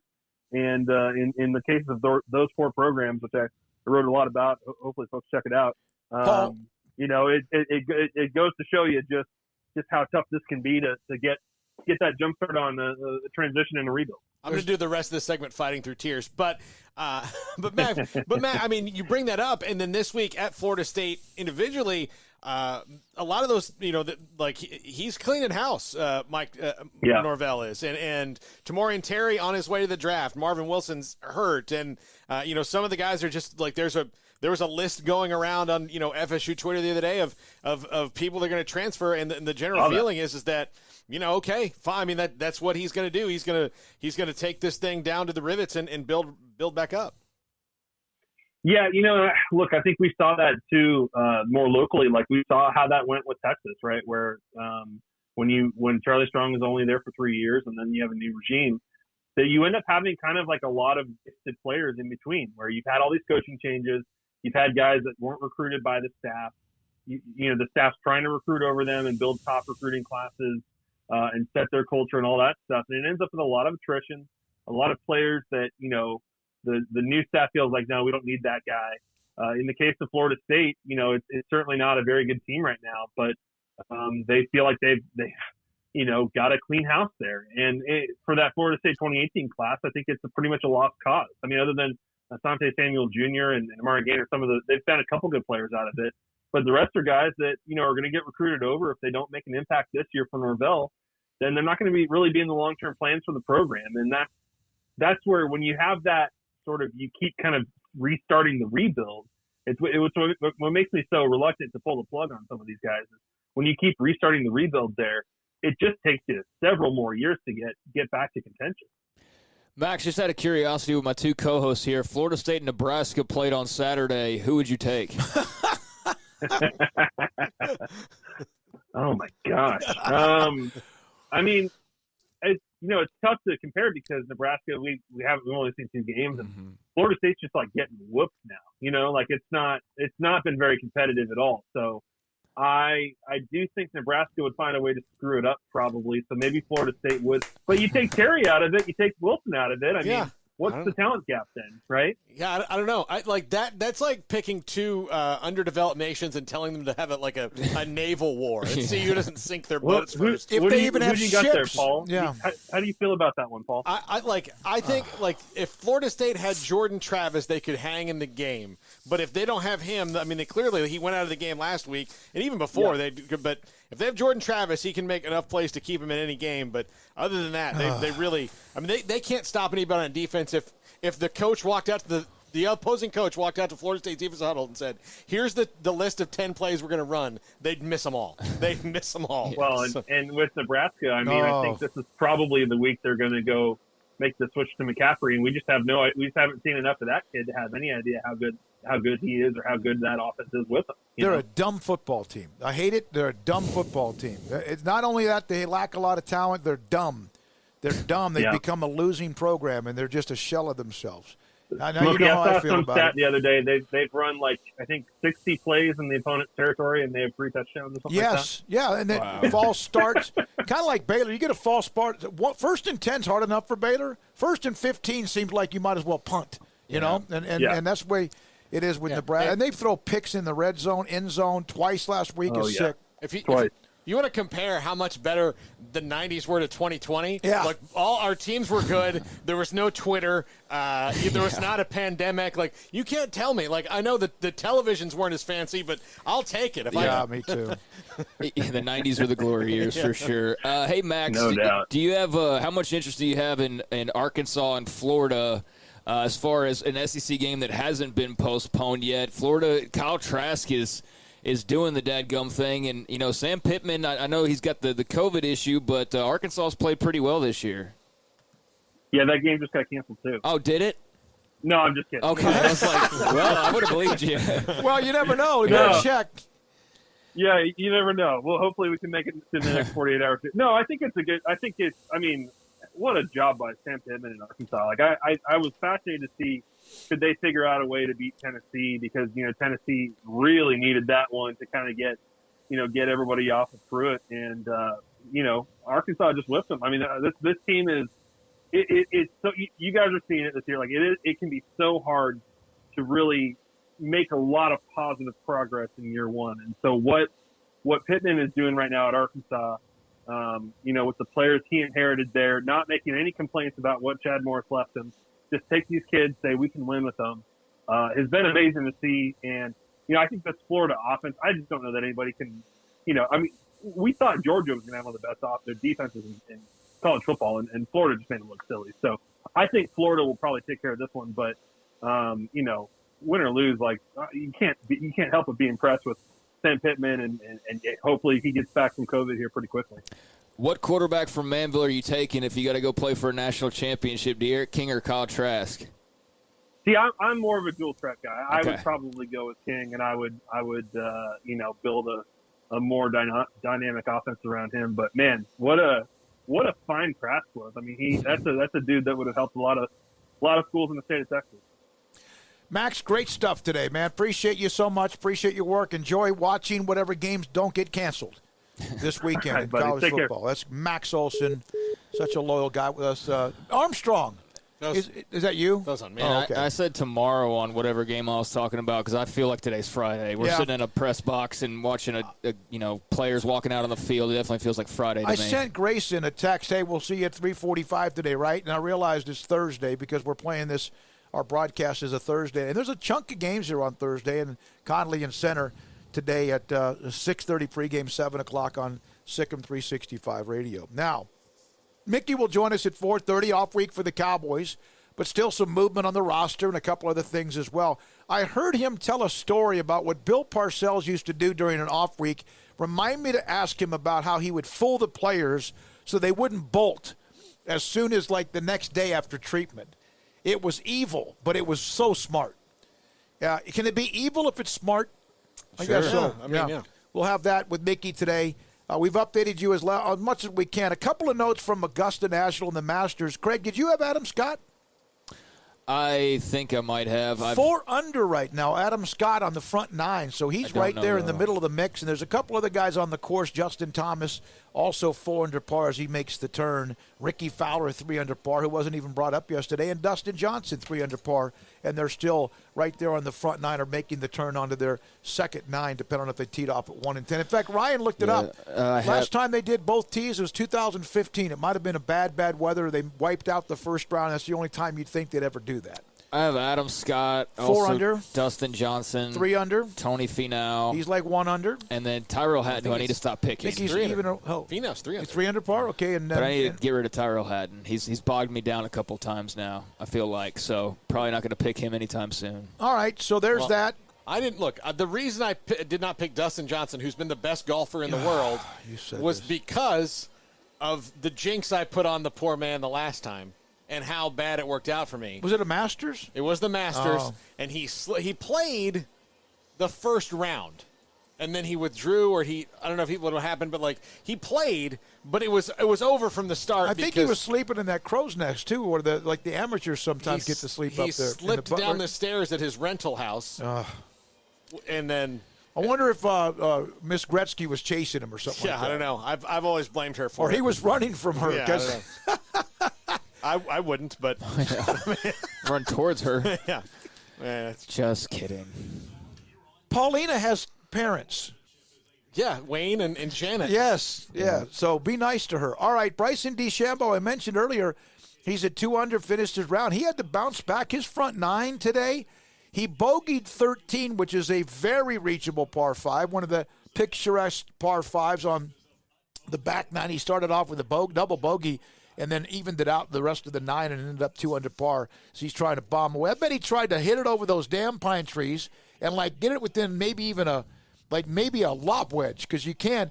But with him, you just hit a normal shot over the edge of those trees, and it's still probably like a 7-iron for him to get in, and he must have hit it in the creek or something, or just buried himself in a bunker, one way or the other. All right, we have Mickey at 4:30, Jeff Hume, Midway football coach, at 4:45. My conversation, senior running back Trey Yannick, as they play tonight against Kemp in the playoffs. It was about 2 or 3 years ago when Kemp had a really good team. West is favored in that game tonight. And then also Sam Bradshaw will join us at 5:30. Do Pickup Outfitters here. I will do that, Paul. Yeah. Thank you very much. We're live in Madisonville. The cadets have arrived. 4A Division II cadets and also Rough Riders of both Conley and Center are broadcast at 6:30 pregame, 7 o'clock kick. This is Sic'Em365 Radio. If you own a pickup truck but you don't have a bed as far as cover, you have a bed. If it's a pickup, there's obviously a bed. But if you need to cover it up and you just for whatever reason didn't get the bed cover when you bought the pickup truck, Pickup Outfitters can help you immediately. That's what they do. They have bed covers galore of every different style you'd want, and they can also help you no matter what with the color to match the color of your pickup truck. If it's red or blue or white or black, whatever it might be, they can help you with that as well. You need bumpers and grill guards. Not that of course you have those, but if you want to get even more, something even more fancy, Pickup Outfitters can help you with that when it comes to bumpers and grill guards. Bump steps, much more. Pickup bed covers, security, shelter, privacy, and extra storage space. Retractable, hard folding, one-piece lids, hard and soft roll-up lids, removable bed covers as well, so you can only use it only when you want to, and paint to match. CreateACommotion.com, 220 Lake Air Drive, and all professionally installed with Pickup Outfitters lifetime installation guarantee and free warranty assistance. With more than 160,000 alumni worldwide and counting, the Baylor family is growing. And through the university's expanded Baylor alumni program, the family is growing closer. With hundreds of local volunteers planning events in cities and towns around the country, you can gather with fellow Bears no matter where you are. So, get connected, get something started, get involved, and make plans to get together with Baylor alumni. Visit us at baylor.edu/alumni. Car has the trucks, man. They have the one for you. Crew cab, short or long bed, silver, black or blue. Texas size selection, great prices too. Richard Carr, he has the truck for you. Carr has the trucks, man. He has the truck you need. If you want the best truck, you want a GMC. Texas size selection, great prices too. Richard Carr, they have the truck for you. Boots add protection. Good boots help you climb better and move forward faster. And when your son or daughter steps into the boots of a U.S. Army officer, they also learn how to lead. In these boots, they'll gain more confidence with expert training in one of more than 150 occupational specialties. In these boots, they'll stand a little taller and lead a team with diverse backgrounds and areas of expertise to successfully accomplish whatever challenge comes next. In these boots, they'll earn respect with valuable experience from day one that will give them solid footing for success into the future. Highly qualified candidates who earn a spot on our team can receive comprehensive health care coverage, college tuition assistance, and a bonus of up to $40,000. See all the things your son or daughter can achieve in our boots at GoArmy.com. U.S. Army Waco Recruiting Company, 254-598-8131 or 254-776-1543.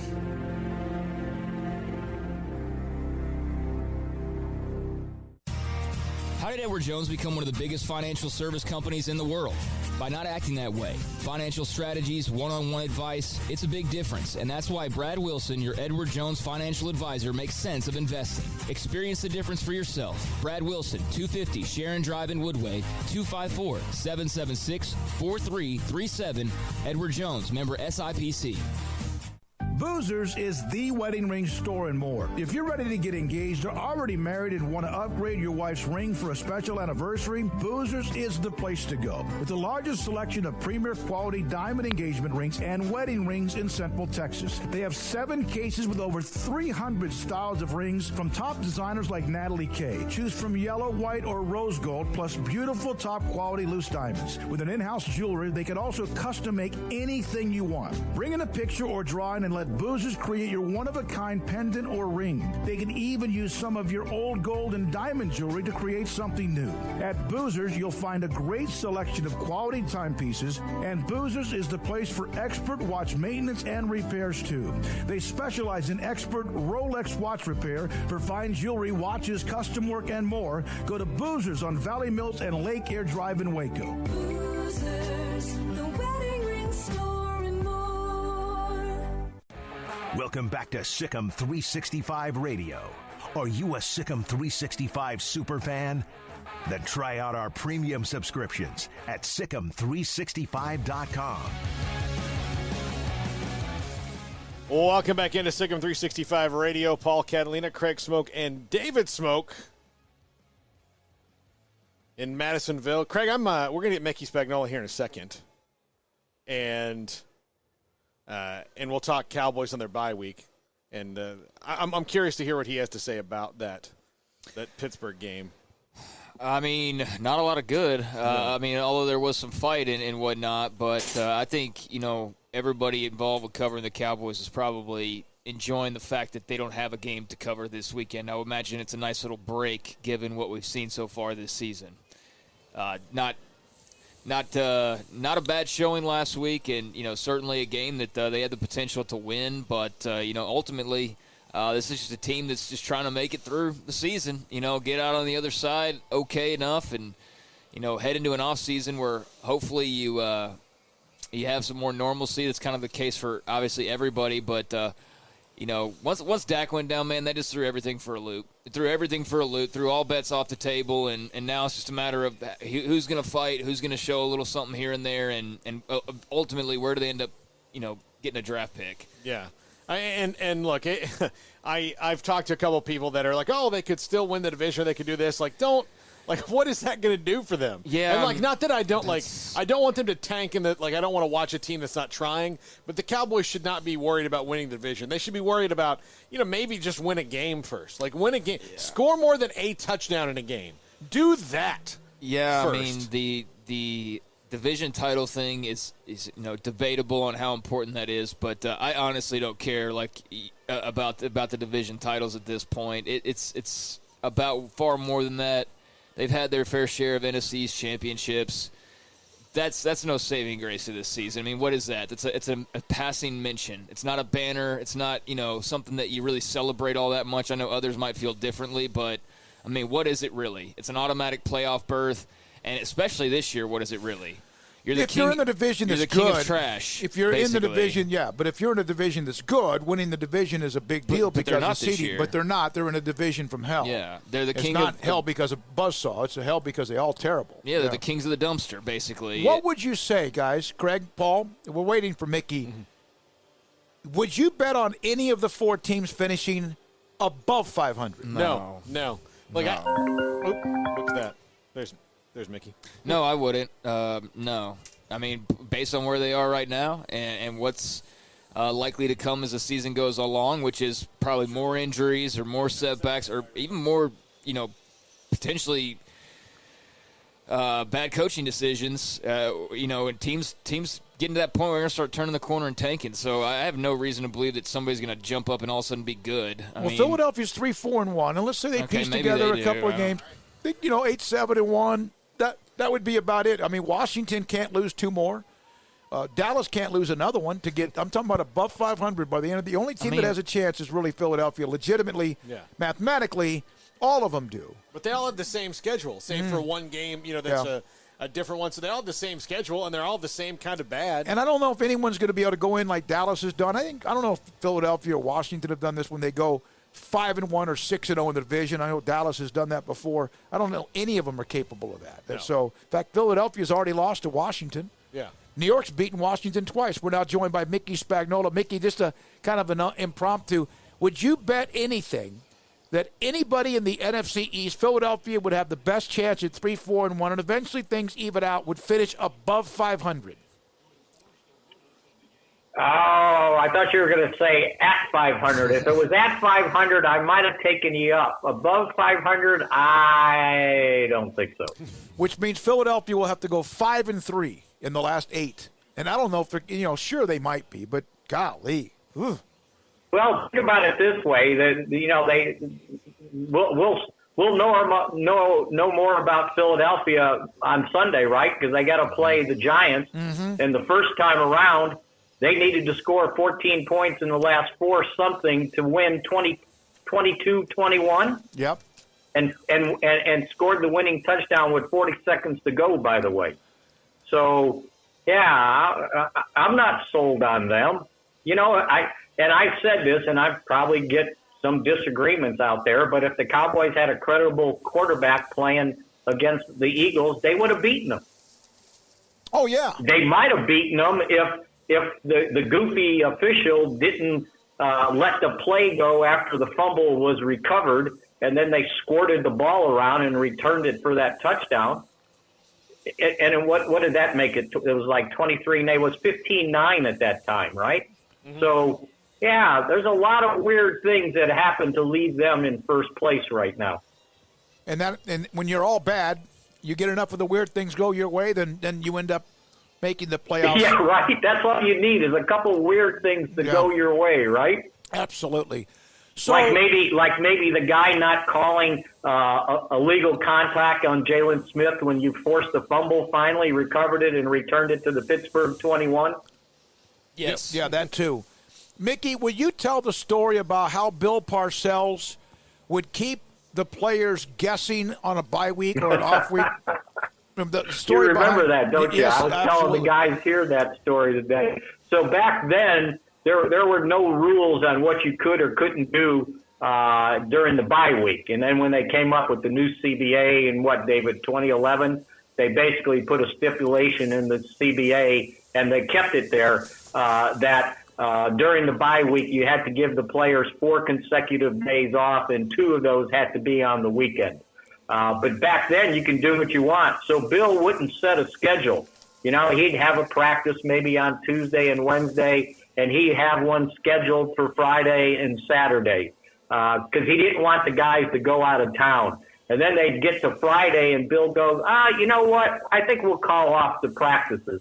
There's no practice. You got time to yourself. But what he was doing is he didn't want guys a month ahead of time looking towards the bye and scheduling plane trips to head out of town and go back to the old college town, right, and get yourself in trouble. So if they were going to do it, they had to pay a full fare to fly out at the last minute. It's so wrong. It's brilliant. It's brilliant. It is. It's just because if you think about it, the guys that are first to leave town are the young guys, right? And where are they going? Well, they're going back to the old college, and we're going to tear it up for the weekend and possibly get yourself in trouble. Yep. Yeah, and you know, I think sometimes people think like, well, these guys have money, but believe me, you don't want to, like, when you make that flight reservation that would have been $280, that's all of a sudden $750, whether you're making $750,000 or $2 million or whatever, you still don't like it. No, absolutely not. And probably back then, those last minute fares were probably more than $1,000. Mm-hmm. Yep. That was a fun, evil thing to do, and smart. And very smart. But it worked, right? Because you keep your guys out of trouble, and you're actually helping them out without them realizing it, you know?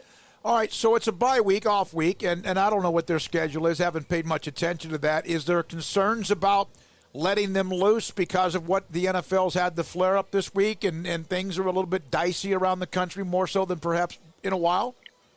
No, they can't let them loose, David. Number one, they do get the 4 days off in a row, so it starts today, Thursday through Sunday. But because this is 2020 and it's COVID-19, they still have to come in each day and get tested, just like the regular season. So I think it's like from 6:30 in the morning to maybe 10, something like that. They've got to come in and get tested. Now, they did, because of the positive test the Steelers had the day after the game, you know, they did have to cancel Wednesday's practice. They didn't want the players here Tuesday, Wednesday. I don't even think the coaches were allowed back in. They had to work from home. And I would imagine, you know, that would have probably persisted through Friday, I would think. I mean, that's the situation the Steelers were in. And just think that the Cowboys had to play a game this week. So this was a very fortuitous bye for them to not have to miss days during the week preparing for a Monday or Sunday game. Mickey, as you look down the rest of the schedule, they're not going to be probably favored in any game. But if Andy Dalton comes back, do you see this team being able to like get a couple, like 2 or 3 wins down the stretch? Can he? With that, can they get a couple with him? Yeah, I think so. I mean, have you looked at their schedule? Yeah, it's not great. I mean, you know. There's only one team that's got a winning record. Yeah. It's Baltimore. And that's it. Everybody's got a losing record. And, you know, as I pointed out this week, it just kind of dawned on me to look at it. There are 15 teams in the NFL right now with no more than 3 wins. So I think the Cowboys have to play maybe one team that has 4 wins, but that's it. You know, they got to play the 3 teams in the NFC East, Cincinnati, Baltimore. San Francisco's got the 4 wins. I think they were 4 and 5, but they're just playing, you know, Joes just like they are. So, you know, it's not inconceivable if they can get good quarterback play that they can win a couple games or 3. You know, and you do that, who knows what happens? You know, the tough stretch, and we'll find out. You know, as Bill used to say, since you brought Bill up, you know, you are what you are after Thanksgiving. Well, when they get back, they're going to have that stretch of 3 games in 11 days. Minnesota, Washington on Thanksgiving. And David, we know what happens with Washington on Thanksgiving, right? Crazy. And then the following Thursday, they got to go to Baltimore. So, you know, I mean, who knows? Minnesota's been struggling. I think they're like 3 and 5. You would think they're better than that, but that's what they are. But it's a road game. So, yeah, let's see how this shakes out. And then, you know, going forward, you get a better idea of maybe where everybody is. And when the teams in the NFC East start playing each other, just like the Cowboys in Washington on Thanksgiving, this Sunday with the Giants and the Eagles playing each other, you know, we'll see how things shake out. But I don't think anybody's a prohibitive favor to do anything in this division. No, I don't know if they would be a favor. Like, is there like one that could win a pieting contest? against the other I mean, teams. would you put money on the Eagles going into New York and winning on Sunday? I wouldn't. No, I wouldn't put and I prohibitive. wouldn't even put a handshake on it. Yeah, because let's define and explain. Prohibitive means very much you expect them to get it done. That they're going to. No, I can't. The Giants. It's weird. They've beaten Washington twice. They couldn't close against Dallas, and yet Washington beat Philadelphia in the opening game and came back to do it. It's crazy. Yeah, I know. Yeah, but as Mike McCarthy continues to try to qualify things this year or this season, he goes, but it's 2020. Yeah. I think if anyone in the division, whoever goes 4-2, if somebody can go 4-2, that's enough. That's 4 of your 8 wins you need to win the division. You know? So the Cowboys right now are 1-2, right? Yes, they beat the Giants. If I remember correctly, they've lost to Washington and Philly and beat the Giants. So they'll have to win out against the rest of the East. And if you do so that... they would have to win the 3 games. And it's not, depending on, again, it's going to go down. Look, the defense is starting to play better. Is it great? No, it's not great. In that fourth quarter, Philadelphia basically gave you a blueprint of what you do against the Cowboys. If you can block them up front, just go 4 wide in the tight end, and you can pick them apart if your quarterbacks are good enough. But again, if that defense can continue stepping forward and they get decent quarterback play, it doesn't have to be great. Just give me decent, better than average. You might be able to win 3 more games, 4 more games. Who knows? You're not exactly playing, God's gift to football, as my dad would used to say. You're playing the little sisters of the poor. No question. Yeah, and that's why with Minnesota, with Dalvin Cook, when they come back for the bye, we'll find out if that rush defense has gotten better, right?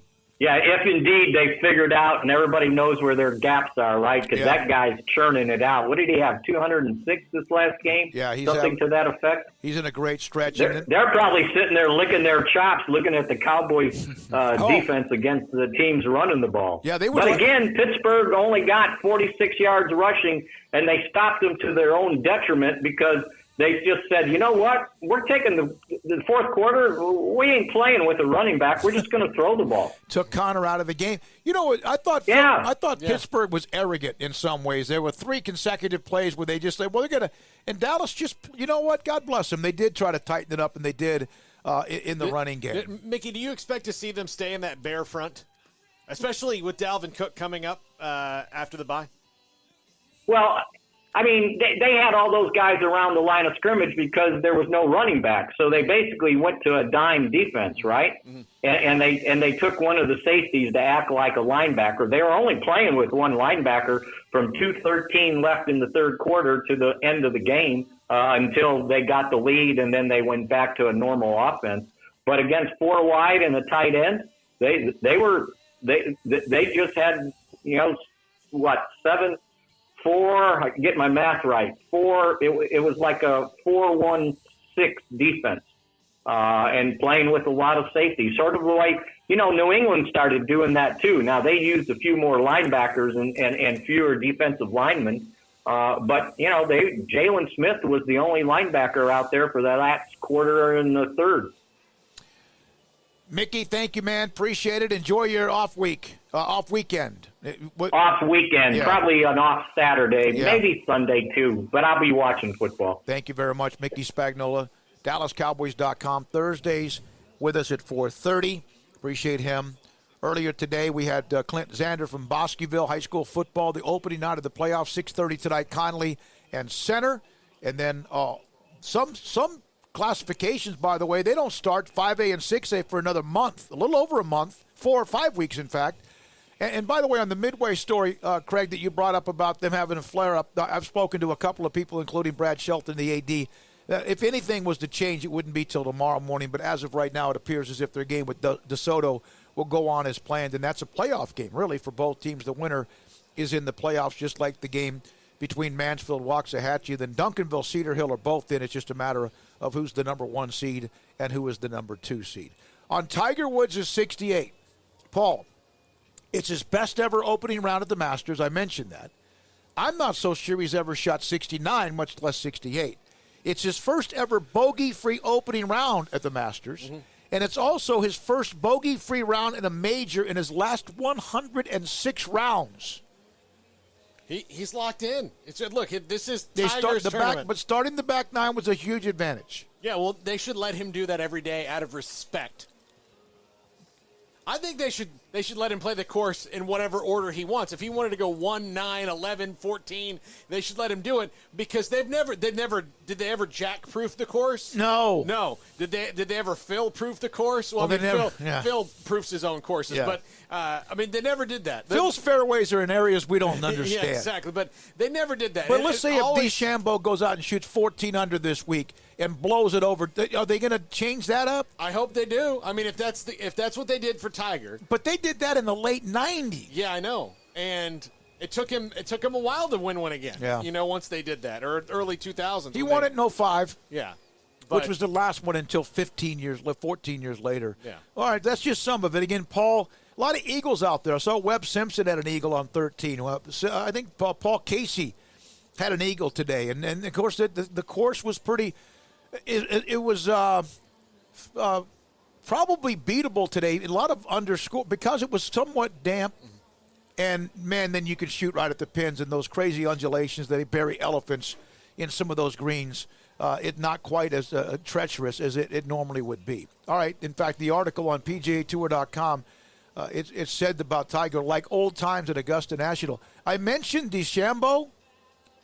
Bryson DeChambeau on that double bogey. We're going to hear from Midway's Jeff Hume and then also Trey Yannick, West High School senior quarterback, in the history of West and tradition of West High School and how you become like next man up other than just graduation. So on a par 5 13th hole, DeChambeau had a double bogey 7, but bounced back eventually to get back to 2 under par. It doesn't give me the play-by-play. Okay, here it is. A slice drive. That's the worst thing you do on 13 because it's a dog leg left. Dog leg left. Hook into the bushes left of the green. A provisional. A search found an unplayable lie. That's a one-shot penalty. A drop. A chunk flop shot. 2 putts. Double bogey. But then played well enough to get back on it in his back 9, or what would be his final 9. All right, anything else, guys? When we come, I've got big NFL news, Smokey. All right, we got to get to Jeff Hume. No, it's huge. The weekend will highlight the Super Bowl halftime show in Tampa. What? Good. I actually want to see that. Yeah. I typically don't really care for the Super Bowl halftime show, although there's moments here and there. Obviously, J-Lo and Shakira got people talking last year, and there's been other moments, but it's always kind of like very PG, like a very safe artist that is normally a part of this. The Weeknd is not that necessarily, but he is fantastic. I've been a fan of his for many years. The Weeknd. Oh, that's the name of the guy. Yeah. No, I didn't know. I thought you been a fan of his for you were talking about this weekend. By the way, I brought this story up just specifically so you would say that. All right, Craig, go ahead. You were talking about this guy. No, I've been a fan of his, so good for him. His album After Hours is the most streamed R&B album of all time. I have never heard of him. Yes. He sounds like Michael Jackson in some ways, as far as the tone of his voice. At least when I first started listening to him back in, whenever that Trilogy album came out, when we still bought CDs. I actually remember buying his CD, so that's how long ago it was. But I remember first hearing it and thinking, man, he sounds like a young MJ. Not that he's Michael Jackson, but just the tone of his voice. And I remember telling the DJ that worked at the FM station that I was a part of, I told Luscious Ice, I said, hey, man, you heard this guy The Weeknd? No, I haven't heard of him. And I always remember that because I was like, oh, I knew somebody that Luscious Ice doesn't know about. And then this guy turns out to not only be somebody worth checking out, but he turns out to be a Super Bowl halftime performer and just a juggernaut of a star. So good for him. I'm a fan of The Weeknd, so that's I'm very happy for him. That's over 10 years ago, too. That's 2009. I'm glad to see it. He deserves it. He's a fantastic artist. Yeah. All right, so what is he going to play? I'm sure. Raymond Wherever, James. yeah. So. Okay, good. All right. Or pre-tape, or I don't know what they'll do. Who knows what the heck February is going to look like? Yeah. I mean, Yeah, there's options, though. We've clearly figured out ways to do things. But, I don't know how many people care about the halftime show compared to normal circumstances. Midway's Jeff Hume. They have to beat DeSoto tomorrow night to get into the playoffs. They are heavy underdogs. Go roll the dice, right? Also, we'll hear from Trey Yannick coming up in the 5 o'clock hour, West senior running back. Dons. When we come back, Jeff Hume, Trey Yannick from West. This is Sic'Em365 Radio live in Madisonville. Don Humidor and Coffee Beans in the Town West Shopping Center off Valley Mills in Waco. Don Humidor with the elite names and brands of cigars. From the Churchill Length, the largest and longest, although there's one that's called the National. It's not a high brand, but it's a longer Churchill Length Plus inside Don Humidor. If you want elite brands of cigars, I can off the top of my head, Macanudo, Cohiba, H. Upman, Artur Fuente, Rocky Patel, and then, of course, even if you want one of the nicest cigars, the Aging Room Cuatro Nicaragua, the #1 cigar of the year, and also Ashley and Carol, they are cigar aficionados. In other words, they will test drive in a way, if you want to say that, a new cigar that's out to check out what the flavor might be or the aroma might be or even like how is it smoke? Is it really smooth? Is it somewhat a little bit harsh? Because it depends on who you are. You like them a different way. And they're coffee beans galore, decaffeinated, flavored, and breakfast coffees to suit anyone's taste, even fair trade organic coffees as well, plus CBD. 100% U.S. grown, full spectrum, broad spectrum CBD. Great for sore muscles, aches, and pains. They even have a cream if you want to rub on aches and pains. And then there's VitaDreams. VitaDreams that helps you fall asleep a little bit easier without the anxiety, or if you want to just be able to fall straight to sleep and not toss and turn, and that helps as well. Don Humidor and also Coffee Beans and CBD in the Town West Shopping Center off of Valley Mills in Waco. Born in Waco, Brotherwell Brewing exists to serve the Central Texas community with locally crafted beer of the highest quality. They want to bring Central Texas closer to the brewing experience so everyone can enjoy well-made beer as much as they do. For 2.5 years, they've been bringing high-quality beer to Central Texas at their location on Bridge Street in East Waco. And this football season, you need to stop by on game day for curbside pickup or stop by their tent next to Sic'Em365 at Brazos Parking for your pregame refreshment. Brotherwell Brewing believes in community and bringing people together to enjoy products made in their community. So for your game day, whether it's a tailgate or at home, stop by Brotherwell Brewing for high-quality craft beer made right here in Central Texas, 400 East Bridge Street, and check them out online at brotherwell.com. Ideal MRI is a small family business right here in Central Texas. We're open to support you while lowering the cost of healthcare bills. When you need an MRI, ask your doctor for an Ideal MRI. Visit us at idealmri.com or call us at 833-IDEAL-MRI.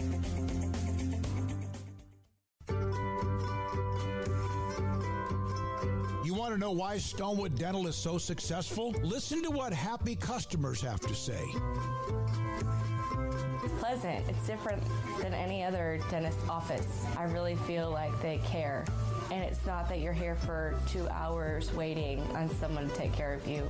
It's quick and easy, and I bring my kids, and my kids love being here too. They really love the treasure box. Staff is really nice and accommodating, real friendly. You feel more like home. It's not sterile looking. Everybody has their own personalized rooms with decorations and decor, and they'll even have a blanket for you when it's cold. I've recommended people to actually come here, and they are patients now. I really love it here. It feels like family. Learn more, stonewood-dental.com.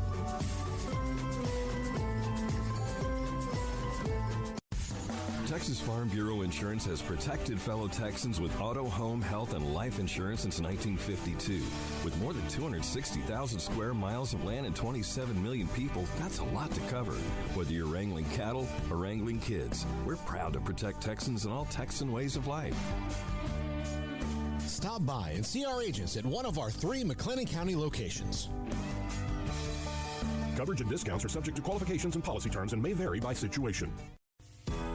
group of over 30 physicians in Central Texas became frustrated seeing patients fail at losing weight themselves. They opened Muscle-Wise Nutrition. We've seen too many patients suffer from complications of obesity. Patients who have tried countless do-it-yourself diets, which often results in 25% of the weight they lose coming from muscle breakdown and muscle loss. We needed another approach, so we opened Muscle-Wise Nutrition. This is a coach-managed diet program to lose substantial weight, targeting fat while sparing muscle. Dieters are seen weekly by a coach who performs detailed body composition analysis. Please email us at Sic'Em365 at MuscleWiseNutrition.com, and one of our coaches will contact you promptly to get you set up for our free educational seminars. Lose weight by losing fat and sparing muscle. Start Muscle-Wise today. Contact us at Sic'Em365 at MuscleWiseNutrition.com.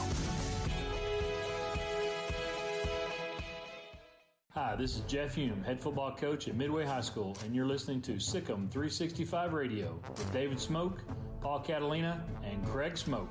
This segment with Midway Panthers football coach Jeff Hume is sponsored by Texas Farm Bureau Insurance, U.S. Army Waco Recruiting Company, Southwest Sports Medicine, Automatic Chef, Bert Colchin Ford, Barrera's Landscape and Nursery, Petty Clinic Low T, Halo Athletic Center, First National Bank of Central Texas, Camille Johnson Realtors. Jeff, are you relieved you got the win? It was dicey early. They ran a kickback 19-7, and obviously Waco High is improved. They have weapons now, but your thoughts about how you battled back and just winning a game? Yeah, I mean, number one, we feel great that we won, and like you said, we did have to battle. The first quarter was dicey. We spotted them 13 before we came alive, and really, truly, I think what sparked our sideline, what sparked everybody was a personal foul penalty on them on our sideline, and that sort of got us going a little bit. And our kids just took hold of it and got after it. It was neat and good to see our kids have a little fight.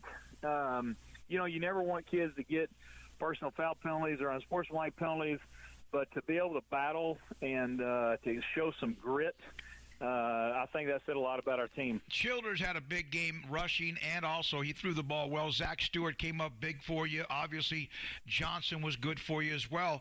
It just seemed like when you need your playmakers to bust loose, they were able to do so at just the right time. Well, they were. And Garrett and Zach, they've got a great chemistry between those two guys. They were JV players together as sophomores, and so their chemistry has been great.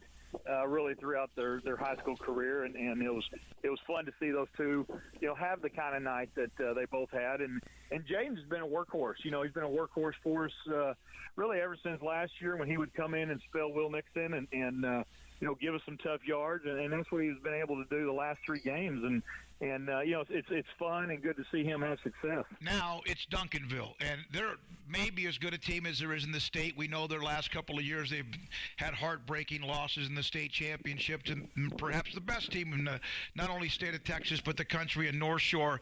The challenges of what Reggie Samples has in Duncanville. This is one of those games where you can't bluff your way through it with the players. You know what I mean? I can't go in there and say, all right, guys, hey, they're not as good as they look. You can't do that. North Shore and Duncanville, they're in the same boat race basically. And what we've got to do is we've got to approach this game as, hey, this is a game that's number one on the schedule. We can't avoid it. We don't really want to avoid it. And hey, let's go out there and see what we can do. Upsets happen all the time. And would this be considered an upset if we won?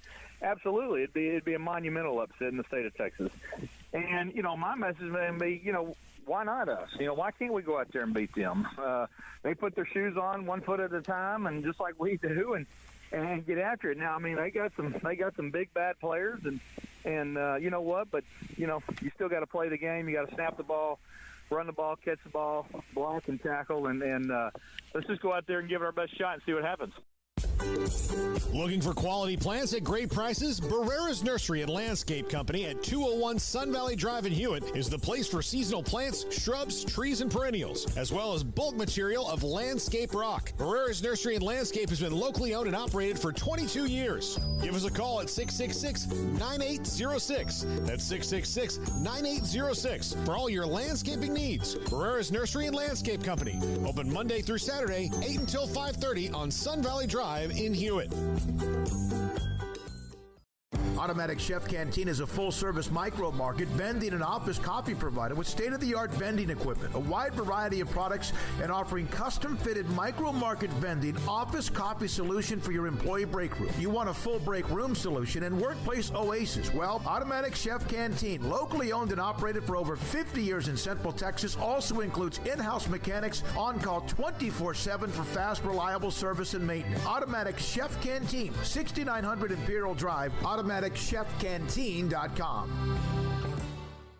With so many companies and policies out there, it gets so confusing shopping for insurance, and I never know if I'm getting the policy that's right for me. Luckily, I met the team at the Niche Group Insurance Agency. With the Niche Group, you can go to one company and get access to coverage options from many insurance carriers, and you get to speak to a real person about your specific coverage needs. With the Niche Group, I know I'm getting the right coverage at the right price. If you need insurance, talk to the experts at the Niche Group at 1-800-258-8302. Stepping into the boots of a U.S. Army officer can add confidence and leadership skills to your son or daughter's career path. See all the things they can achieve in our boots at GoArmy.com. U.S. Army Waco Recruiting Company, 254-598-8131 or 254-776-1543.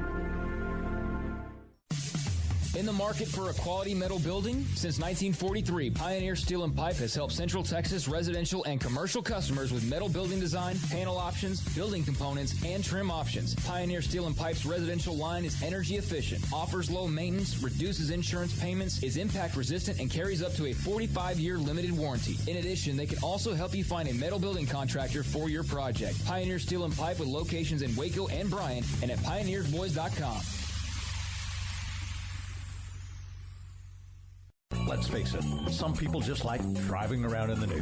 Hi, Jay here from Pickup Outfitters to talk about those truck owners that know they have naked trucks but simply don't care. You'll hear them saying something like, I'm just driving around free and easy, nothing constricting me. Gross. But there is something that can entice almost any naked truck owner. Leather. I mean, they kind of go together, right? And Pickup Outfitters is an authorized dealer and professional installer of cat skin leather seats. So I'm asking you to do your part and help us end truck nudity. The next time you're near your naked truck owner friend, you can say something like, you know what would really be sexy on your truck? Leather. And they'll get that sly smile, and you know you've hit them in their weak spot. Pickup Outfitters installs factory matching leather kits or custom kits in just about any color combination for your truck or even car. It's the sexy thing to do. You can be part of the problem, or you can create a commotion with cat skin leather seats at Pickup Outfitters. 220 Lake Air Drive in Waco. It's the heat of the summer, but the real heat is what you're cooking on the grill, smoker, or in the oven. So Waco Custom Marketplace can be your go-to playmaker for summertime grilling. You can't go eat anywhere else? Be your own chef with custom ordered and cut ribeyes, sirloins, fillets, New York strips with a focus on high-quality beef at a competitive price.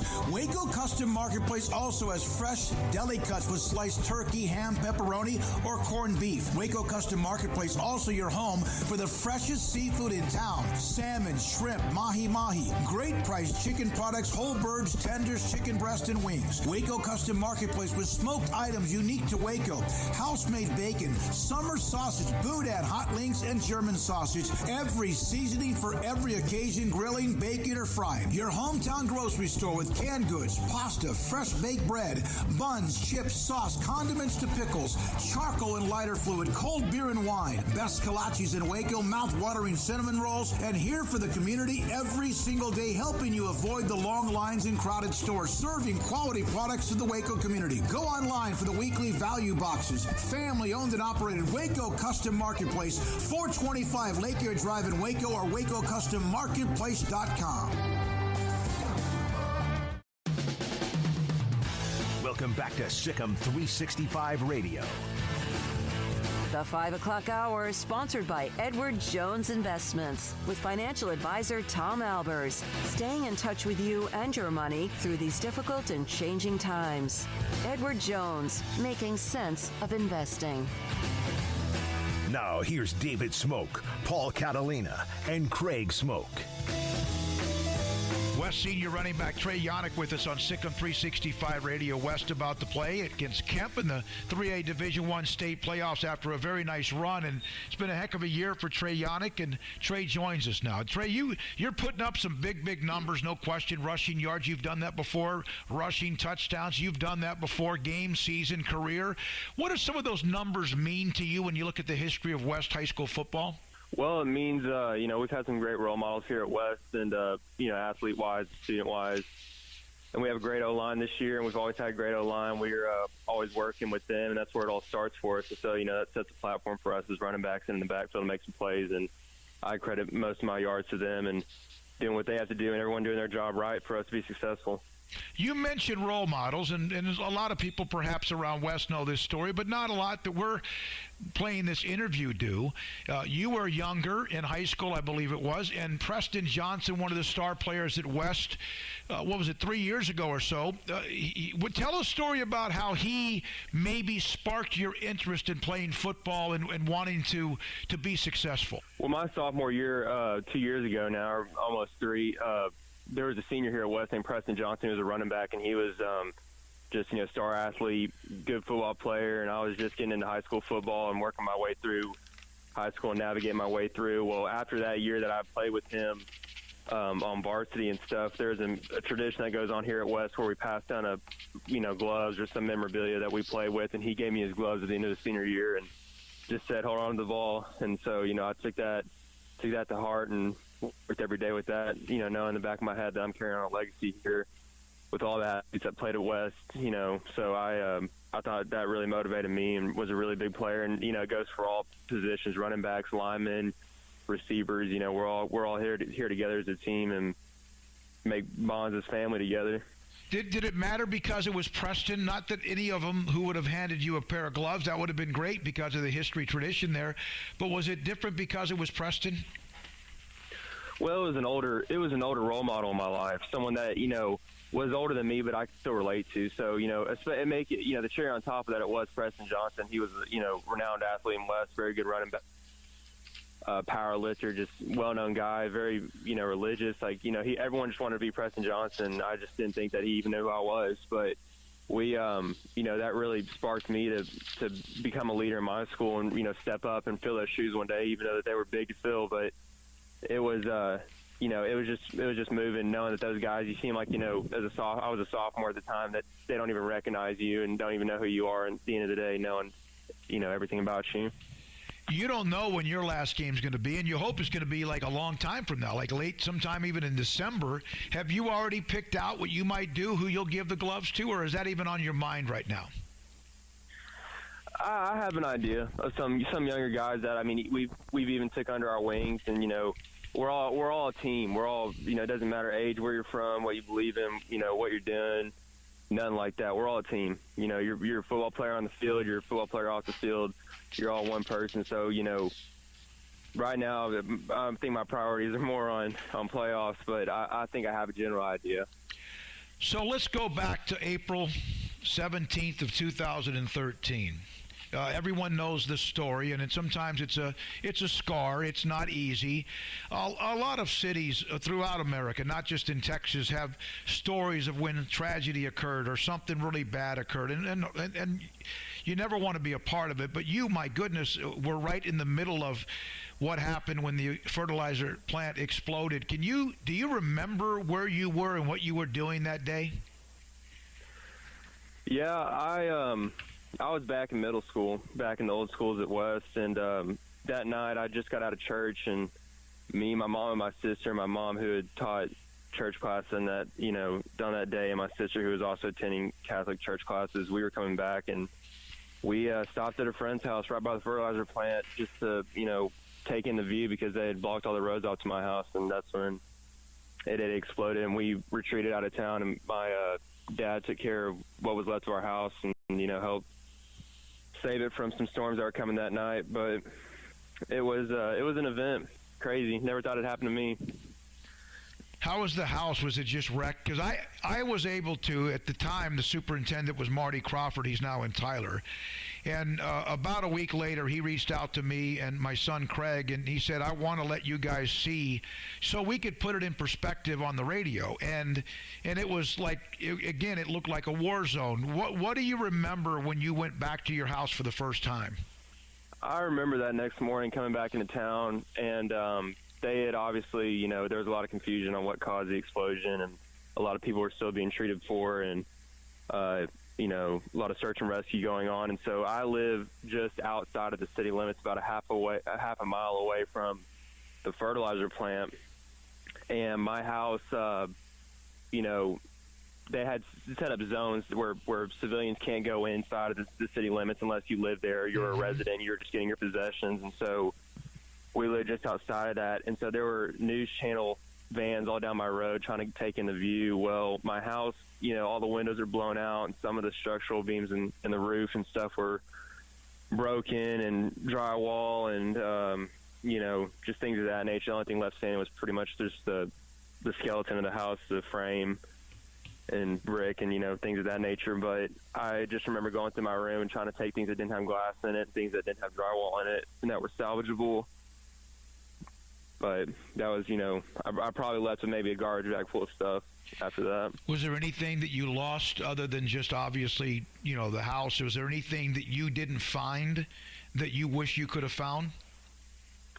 There were some photo albums that were destroyed, and some, things of that nature. I didn't really appreciate them that much at how young I was, but now looking back, there was a couple albums of my deceased uncle that I wish, we could have salvaged, and couple things in the attic from when me and my sister and my family we were young and stuff like that. So it's hard to take account of really, after something like that happens, you're not really worried about the nitpicky things. You're just worried about those special objects, and we were fortunate enough to make it out with most of them. I mean, it was a horrible story. And you so when did you hear about the explosion and drove back into town? Where were you when that happened? I was probably 100 yards from the fertilizer plant, just right in front of where our new high school, or the old high school, was on one of those streets right there. And after the explosion had happened, I had sustained just minor injuries, just a few lacerations in my head and body, and we made it out to my grandmother's house, who lives out in Aquila, Texas. So we made it out pretty far. My father was still at the house on that Wednesday night, so he just did what he could to board up the house, and he made it back out to his mom's house, my grandma's house, and we just, were in shock and just hope for the best the next morning. Hope that people that we loved and knew that we're close to the fertilizer plant were safe, and we were fortunate enough to have most of them be safe, but we still miss those who lost their lives in their brave actions there. Trey Yannick is with us. He's a running back at West, putting up huge numbers. Were you actually you were in fourth grade? Were you actually in the school at the time? No, sir, I wasn't. Okay. This was later in the evening. School had been dismissed. Yeah, so thank God, right? Yeah, we were very fortunate for that. The playground, I just remember that the playground in my old school, right behind the railroad tracks over it, maybe less than 50 yards, was a fertilizer plant. You're very lucky. Yes, sir. Because not everybody was, as you mentioned. Do you sometimes play for the memory of those that you knew that unfortunately were lost during that explosion? I think about them a lot. I mean, I know I went to church with a lot of them and knew, I just knew a lot of them. They were seeing in church every day. You see them every day in familiar faces, and that's a good thing about small towns. But the bad thing about small towns is when you lose them, you lose them. Mm-hmm. And they're, they died in the line of action and did what they did to suppress, further incidents from happening. That fire could have got a lot worse than what it did, but it's still, we still have scars here, but we're rebuilding and we're moving on from that. And, it's just, I carry that I carry that very heavily in my heart. I can imagine, and I know it's tough to talk about. Your mother told me you have a scar on your head. Is that something you get to see every morning, or is that something that's been hidden? Is it still there? I mean, it's a scar like any other scar. You see it when you cut my hair short, but I mean, I don't want to. It's nothing to start a topic about. But it's that night when I got injured, we didn't want to go to the hospital because we knew that there were patients with more severe injuries and a couple cuts on the forehead. So we we took it with a grain of salt. We were very lucky. Me, my mom, and my sister, and my friend's family whose house we were at, who's got destroyed. We're very lucky to make it out with what we did. And so if a cut on the forehead is all I had to take from it, then I'll take that. No question about it. What is more of who you are? Are you more intense or are you more loyal? Loyalty goes a long way with me, I think. And it doesn't hurt to be both either. But being loyal to your teammates and to your family and your friends and your spouses, I think that's what has built a lot of relationships and a lot of victories upon. Your intensity is something that Coach Woodard brought up as well, and others that I've spoken to about you. And when did that start? When did that intensity, when did you realize you might be that way, or that's kind of part of your DNA? Probably the turn of my sophomore year going into my junior year. I learned a lot of things from Preston Johnson, and I couldn't wrap my head around the thought of being intense in the football field and going and beating the heck out of somebody, and then next you are best friends. But I kind of dug that switch up and learned to flip it on and flip it off when I wanted to. And I know when I'm on the football field, if you're not my teammate, you're gonna get beat. That's my philosophy, and it's the only way to do that is be intense and go 100 miles an hour, whatever you're doing. So, when you were 2 years and 9 months old, and I don't know if I can remember when I was 2 years and 9 months old. Of course, I'm 61 years old. I just know we lived in Guam, which is, of course, a part of the United States, and it's an island, but in the Pacific. But you rode a bike. You rode a bike when you were 2 years and 9 months old, but you rode a bike, and what did it not have on the bike? I believe it didn't have training wheels on it. There were. My mom sure likes to talk about that. There's pictures of me riding a bike at 2 years old, a little green John Deere bike without any training wheels on it. And if I didn't see the pictures, I probably wouldn't believed it. Do you remember it? I have fond memories of my house before the explosion and before before it looked like now. Me and my mom liked to ride bikes back then, and I remember. Yeah, I do remember that. That's crazy. You know that. Yeah, that's good for you. That might have been where you were. I asked you about intensity and loyalty, but heck, that fearless as well. Do you have a little bit of that? Is there something that I'm scared of certain things, even at my age. Like I'm scared of snakes, but now I'm more intrigued by them. I mean, I used to just be petrified, and I wouldn't want one to crawl through my condo. But is there anything that you fear other than? Well, is there anything you fear? Fear comes from a lot of things, and I try. If you fear something, then it's going to happen to you. If you fear something, then you know that it's going to hinder you in whatever you're trying to do. And so one thing, I can use for example is football. I was afraid of getting hurt.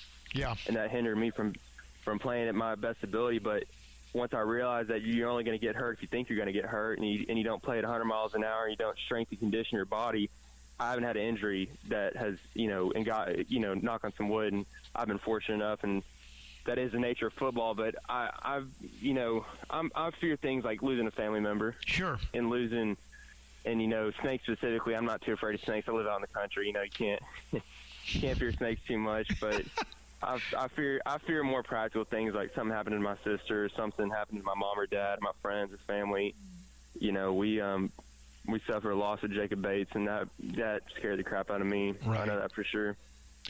All right, so you rode a bike when you were 2 years and 9 months without training wheels, and then also, how tall are you? What's your height and weight?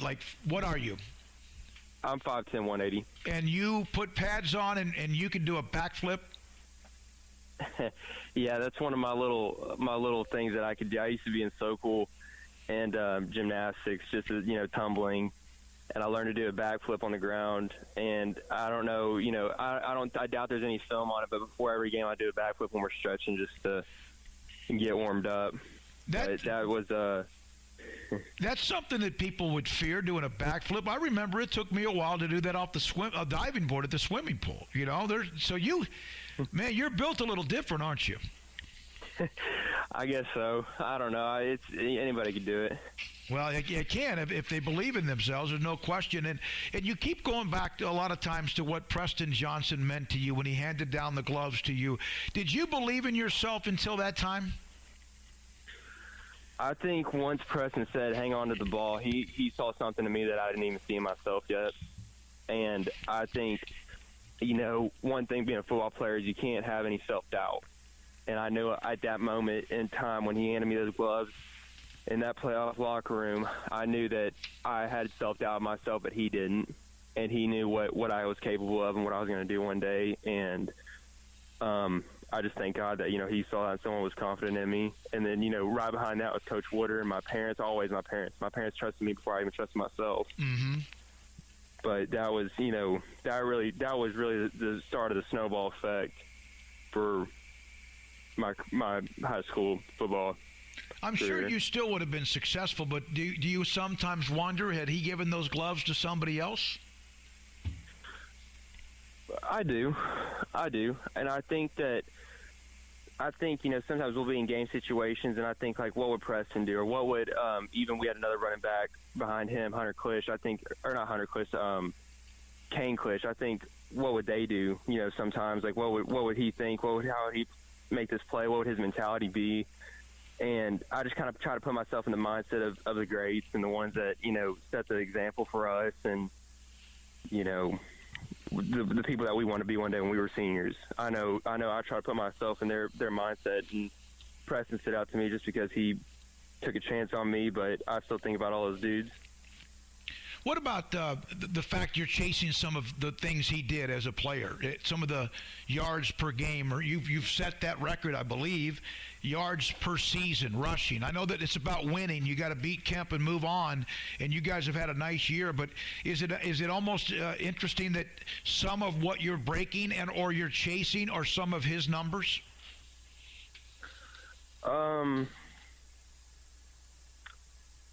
I try not to pay attention to that too much. It's about at the end of the day, it's kind of, win or lose, and if we played the best that we could, and that we're a team at the end of the day. I mean, I know that I haven't really thought about that. I know that he's one of the greats, and his name just sticks around. I mean, shoot, I just hope one day maybe my name could be like that. I mean, Preston Johnson and Nate Garrick and those types of dudes, like they were just all around great athletes, great people. Love to be around them. You hope to learn something from them. There's always, there's no negative to them, and that was besides football. And then with football alone, you also knew that they were great athletes. So I hope to be them. I hope to live up to that expectation and meet that. But I don't really think about it that way with numbers. Has Preston stayed in touch with you, and what's he said if he has? We stayed in touch a little bit. I stayed in touch with him and his dad.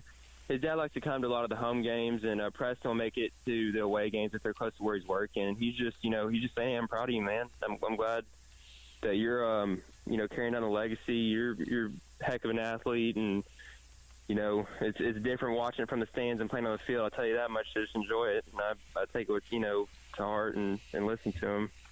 You've had a few colleges that have nibbled, and some at Mary Hardin Baylor, who's got the great history, and Hardin Simmons, West Texas A&M.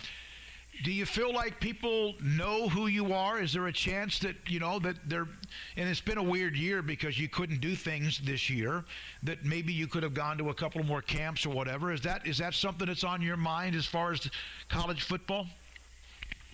Yes, sir. At the beginning of the summer, I was planning to go to 5 camps and only made it to 2 due to COVID. And I know that the class of 21 is going to be the smallest recruiting class for any, NCAA college football, and that just increases the competition and makes it a little bit harder to get in. But I think, if I just keep playing and show some heart and be physical and intense and go 100 miles an hour everywhere I go, I think that I stand a good chance to have some opportunities for myself and make opportunities for myself and at the end of the day, it's not up to any of my coaches or any of my friends or, not even my parents. It's up to me to just show myself what I'm capable of and to execute that. So I think the world is taking a turn for the surreal, but you have to live with it and adapt. And Coach Woodard always said handle adversity, so trying to handle it. The last 5 years, not including this one, 11-2 record under Coach Woodard in 2015.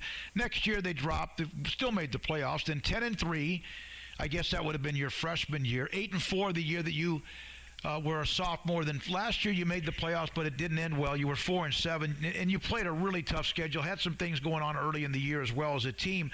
What would a nice run mean to you this year to kind of close it out with a nice deep run for West? All the work that we've put in as a team. We've all the guys that you're playing. I've been playing football with. I've obviously known for 4 years because we've been playing football together. And last year, our O line and D line, they were a bit young and inexperienced, but they're had all the equipment it took to be great at their position. And now I feel like we have that experience under our belt. We have the wins under our belt. We have a little bit of momentum moving into playoffs, and I think a deep run would be just the reward of us practicing hard and working hard, and getting all the glory out of all the work that we put in towards it. And obviously the opportunity to keep playing and you don't want to think about the time when you have to give somebody their gloves, because that means you played your last game. What's that going to be like, no matter when it is? Yeah, that's kind of been the elephant in the room for all of us. At this point, it's not, okay, well, win or lose, we have a game next week. It's like we need to play, and we're going to play, and we have to play at the fullest potential that we're capable of. And if we don't, then that means we're going to put stuff up and start basketball. So we've all, it's kind of like sitting on pins and needles. We're anxious, but we're excited to keep playing football, and we know that, it's fun playing with some high stakes on the line, and I think it just adds an edge to the game. Fearless, intense, loyal, committed. That's another word that Coach Woodard mentioned. Is there another word that defines you, Trey Yannick? None that I can speak for. Those are pretty good. I just think that, football is the ultimate team sport, and talking to one person probably wouldn't get a whole lot out of it. So I think, I just hope I could represent my teammates, my fellow teammates, the ones that were before me, and, just hopefully set an example for the ones below me as well. And finally, what people may not know, and Trey Yannick, again, from West High School, the senior running back on Sic'Em365 Radio, you're a drone pilot. I mean, what do you not do? And you've won a state championship or something in that. What in the world? I mean, how do you have time to deal with that? That was last year, and we have a program here at West called TSA, which is Technology Students Association. So it's kind of like academic UIL for engineering competitions, and we are an engineering academy here at West. So I've been flying drones for 4 or 5 years now, and I competed last year at the state level at TSA, which is as high as it went for drone racing, and I won that. That's amazing. Yeah. Not a surprise, man. Not a surprise. It has been a pleasure to have a chance to visit with you, get to know more about you. I've seen your name pop up in the weekly. I have it on my high school website, Smoky.com. We have it with Sic'Em365 Radio. Your name pops up for a game here, 300 yards against Rogers, whatever. It's like almost weekly. Good luck against Kemp. Good luck the rest of the way. And thanks for your time, and keep being who you are. Yes, sir. Thank you, sir. I appreciate it. Trey Yannick, senior running back at West High School on Sic'Em365 Radio. Parsons Roofing has been serving Central Texas since 1948, and we can handle your commercial roofing needs from repair to re-roofing. And no one handles more school than Parsons Roofing. Parsons Roofing has been named Contractor of the Year for 14 consecutive years. Parsons Roofing, a name Central Texans have trusted for over 70 years. It's not just a roof, it's our reputation. You can contact us today for a free roof evaluation, including hail claims at 877-881-1733 or on the web at parsonsroofing.com. With so many companies and policies out there, it gets so confusing shopping for insurance, and I never know if I'm getting the policy that's right for me. Luckily, I met the team at the Niche Group Insurance Agency. With the Niche Group, you can go to one company and get access to coverage options from many insurance carriers, and you get to speak to a real person about your specific coverage needs. With the Niche Group, I know I'm getting the right coverage at the right price. If you need insurance, talk to the experts at the Niche Group at 1-800-258-8302. One size fits all. That may be all right for an adjustable belt or cheap sunglasses, but when it comes to your financial needs, no one wants a one-size-fits-all strategy. Ben Erlinson, your Edward Jones financial advisor, knows that his most important goals are yours. That's why he takes the time to understand your needs, knowing you. That's how Edward Jones makes sense of investing. Ben Erlinson, 100 North 6th Street in Waco, 254-759-8533. Edward Jones, member SIPC. Riverbend Liquor and Wine has their easy-to-access drive-thru open and convenient and clean in-store location on the corner of Lakeshore Drive and North 19th Street in Waco. Riverbend Liquor has the best and most extensive variety of craft beer selections in Waco, and Balcones whiskey, including single malt, pot still, baby blue, rye, brimstone, and the all-new lineage in stock. Riverbend Liquor and Wine, family-owned and operated, and a hidden gem in Waco on Lakeshore Drive and 19th Street. And find out more on Facebook and Instagram. Let Camille Johnson Realtors guide you seamlessly through the process of buying your dream home or selling your current one. Commercial, farm and ranch, or residential, Camille Johnson Realtors can smoothly and successfully lead you through any transaction. With a team of 28 experienced agents who are excited about serving you, Camille Johnson Realtors services the entire greater Waco area. If you're in the market to buy or sell, contact Camille Johnson Realtors, 104 Midway Center in Woodway, or find them online at www.camillejohnson.com. Camille Johnson Realtors, elegant, charming, warm. Welcome home.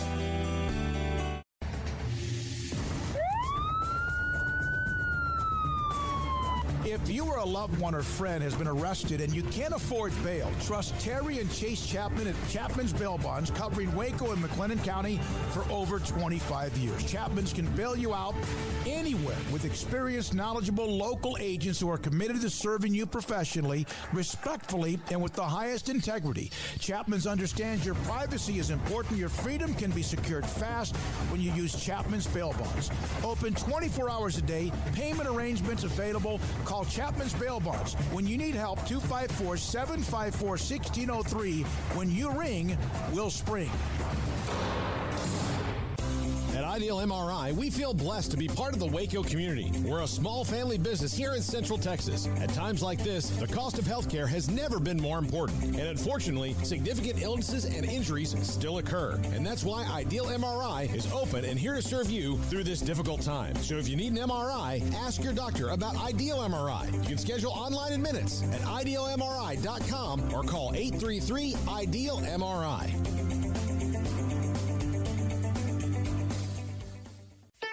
Don's Humidor, your home with a 48-foot walk-in humidor with the elite cigar brands from around the world, including the #1 cigar of the year, Aging Room Cuatro Nicaragua. Plus, they have the great brands like Macanudo and Artur Fuente, Rocky Patel, Aston, and so much more. CBD, great for sore muscles, aches and pains, sleep, Vita Dreams, and anxiety, mild depression, general health and wellness. Their staff very knowledgeable on the subject. If anyone is curious about CBD, ask Carol and Ashley. Don's Humidor in the Townwood Shopping Center off Valley Mills in Waco.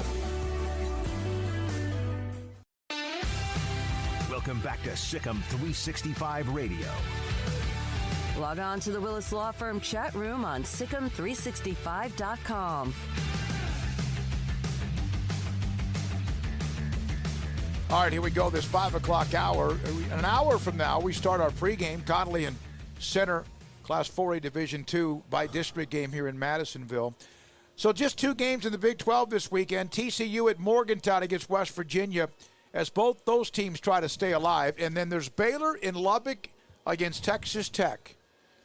And Texas Tech now looks like they're going to be looking at maybe 2 quarterbacks. We're joined by S11 Sam Bradshaw, Sic'Em365 Radio with us.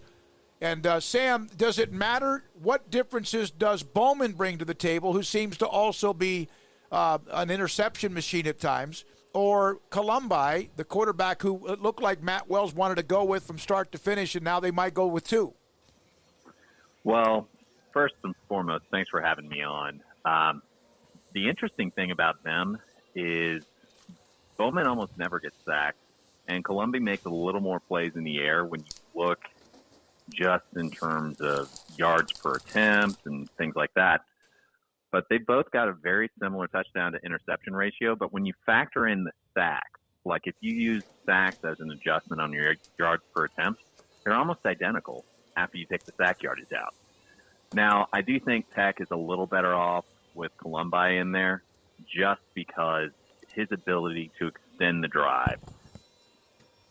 You know, he'll get some more negative plays, but he'll make a play that will get you a score and get you on the board. Whereas I feel like Bowman, he doesn't get sacked, but it's usually because he's getting rid of it so quickly. So a lot of things don't have time to develop. Sam, it seems to me that Texas Tech hasn't figured out who they are on either side of the ball yet. I mean, I guess a little bit similar to Baylor on offense where they don't have yet the offensive identity. But does Tech have, I mean, they have any real identity yet? Because when I watch them play, they're not one thing all the time. Well, defensively, they want to be a multiple 3-4. And, I mean, you could almost call them try, transfer, you on defense because I think 3 of their 4 linebacker starters, as well as backup, as well as I think 2 of the guys in the secondary have all transferred in within like the last 2 years. So, I mean, they've got some guys that can play here and there, and particularly at linebacker, but it hadn't really come together. I don't think they're as rangy in the secondary as you'd like. But they're going to be in a lot of different 3-down alignments. They'll show some tight fronts. They'll show 5 technique, 0 technique, 5 technique. They'll put people in 4 techs as well. They'll do a lot of different things up front, but it's still a pretty conservative 3-4 look. But they'll mix in some aggression. They'll mix in some man coverage. But a lot of what they do is zone out of deep thirds or Tampa 2 or quarters. And I feel like a lot of those opportunities are things that Brewer might be able to take advantage of. I mean, I saw that game they had against West Virginia, and they really let West Virginia hit the checkdowns and kind of intermediate routes to a great extent, and the Mountaineers were able to keep some drives alive that way. Now, offensively, Tech, what they want to be is they want to be a spread-to-run, balanced offense with a tight end that can either be an inline blocker or flex out as a receiver. That way they can go tempo and get into different formations without having to substitute and really stress the defense that way. I don't think they have the line to be what they want to be yet, particularly at tackle. They lost the Dallas Cowboy on the left side. They lost the senior starter on the right side, and they lost a pretty solid guard. And I don't think they've replaced those guys adequately yet. And it's created some problems for them. They really haven't been able to develop the downfield passing game the way they'd like due to protection. And their running attack has really been the definition of Jekyll and Hyde.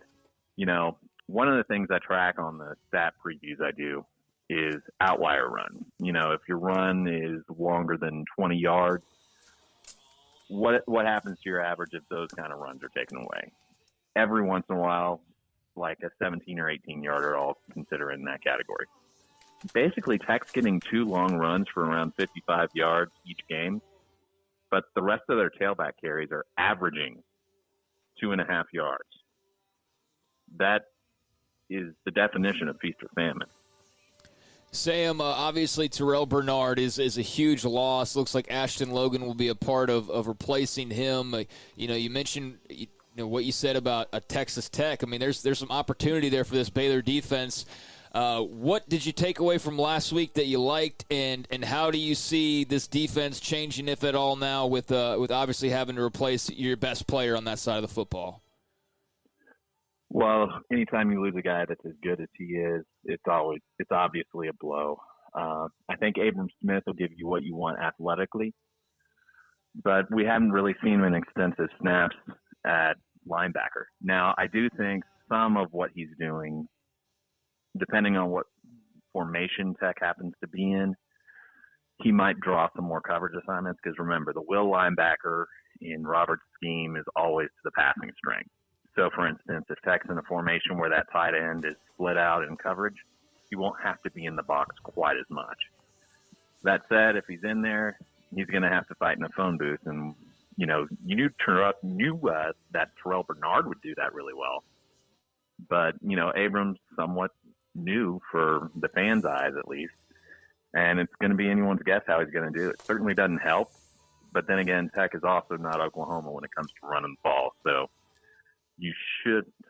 of all the teams in the conference, Tech's one of the more favorable draws for a guy to make his first start. Sam, how much is Christian Morgan struggling right now, and why?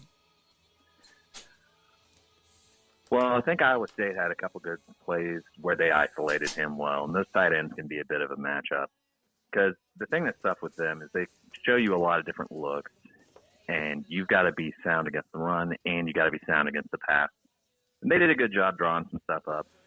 Then again, Roberts and Baylor found some good opportunities to really stymie that offense through most of the first half. And then after they kind of got a feel for what Roberts was doing, it took him a little while, but he eventually adjusted, and they had a chance to go down and tie the game at the end. I think Morgan's a good player. I think it was just a rough outing for him, but I think he'll bounce back. What do you expect to see them build on this week when they're playing the matchups with Texas Tech that they did well last week? Well, I think particularly on the offensive side, when Iowa State dropped a lot of guys in zone, I feel like they did a good job using their routes complementary to get guys open. And I feel like they were able to work their way down the field at different times in the game using that. And I think that's going to be something that's going to be open there anytime Tech rushes 3 and drops 8, which they've shown a lot of against a lot of teams. Now, they showed a lot of man coverage against Kansas State, but that probably says a lot more of what they think about Kansas State's receivers than anything else. They're not going to do just one thing, but I do think that's going to be there. And, I think the Baylor can run on these guys. I don't think their defense – I think they've got some good individual guys on the defensive line. I think Eli Howard's pretty good. But collectively, I don't see them impacting the line of scrimmage the way some other fronts would. Like, for instance, Iowa State. During that drought that Baylor had in the second half, a lot of Baylor's guys were struggling with Iowa State's nose guard in the run game. I don't foresee them having the same struggles this week. Sam, why was Squirrel Williams, at least why did he appear to be so effective? And obviously another huge loss injury-wise. I already asked you about Bernard, but I guess the Lovett and Ebner show and maybe some Tay McWilliams and Quaylon Jones as far as that goes. But what was it about Squirrel that just seemed to give them that extra spark, in your opinion? Well, he gives you a little bit of a change of pace. I feel like he cuts incredibly well. He has a good sense for when to cut. He has good vision, understands not only where to go and when to go, but he also can explode. He accelerates so quick. He's a little different style runner than some of the other guys they had, and he was well suited to what they were doing. But he's out, and they've got to find a way to scheme up a winning strategy. You mentioned in your article about Texas Tech, when you kind of go through all of their stats and a preview of the game, you alluded to hidden yards. When I think of hidden yards, I think of kick and punt returns, any kind of return yardage, punts, net punts, all that. Is that what you're referring to? Yes.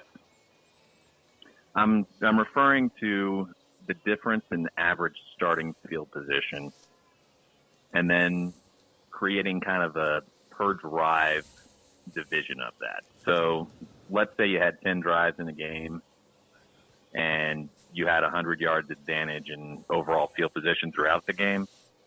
You'd have like 10 yards advantage each drive, which can swing things massively. Oklahoma not only beat them in terms of yards per drive by a very strong degree, but beyond that, just the average field position battle was incredibly lopsided.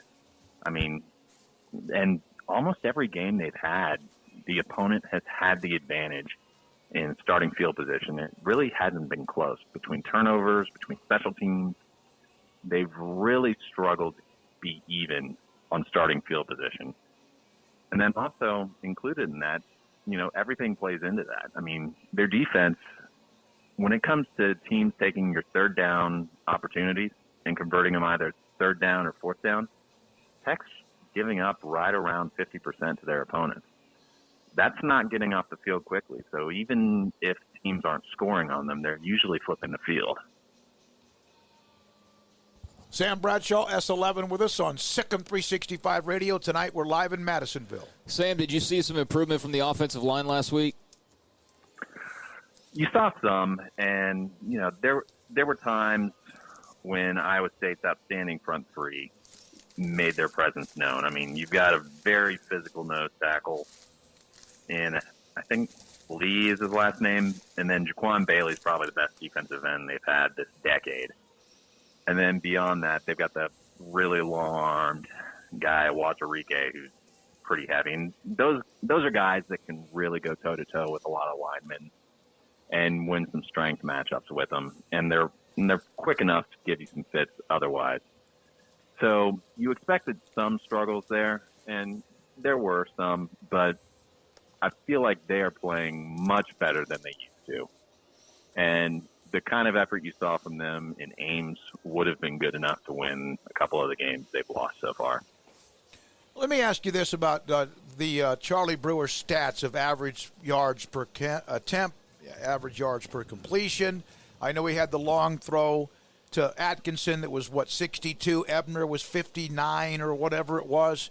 In the end, obviously that would improve anything. But in the end, did he show any improvement with his yards per attempt compared to what he's done those first, 4 games? Well, those two throws are going to make yards per attempt go up almost by default. I mean, just looking at it, it's pretty obvious. I mean, yeah, that's not even up for debate. That's just there. You're more worried about how well he's playing, and he missed a couple throws, but he also made some good ones. And he also bought time on a couple occasions where the protection broke down. I feel like he played mostly well. The last interception, he just decided where he was going before the snap, and I can guarantee you he wishes he had that one back. Oh, yeah. But for the most part, he played well. Certainly far from a perfect game, but he got him up and down the field multiple times against a pretty solid defense. And compared to some of the other games you've seen from him, you liked what you saw. There were times where it was high, but there were also some times where he put it right on the money. And on several of those, he had to buy some time in order to do it. Was what they did offensively that looked like they had a quick start, and obviously the turnovers had a great deal to do with that as well, but it would just look like they looked like they had a rhyme and a reason, and that they game planned perfectly initially. And again, the turnovers helped it even more. Was it Squirrel that created that, or was it something else? I feel like the entire team came out. I mean, the offensive line didn't have the massive glaring mistakes that you've had where, in protection, they didn't just forget to block somebody. Snaps were reaching the quarterback without a problem. It was night and day from what you saw against TCU. Guys were running good routes. Brewer, for the most part, was playing well. Squirrel was doing well. You just saw them.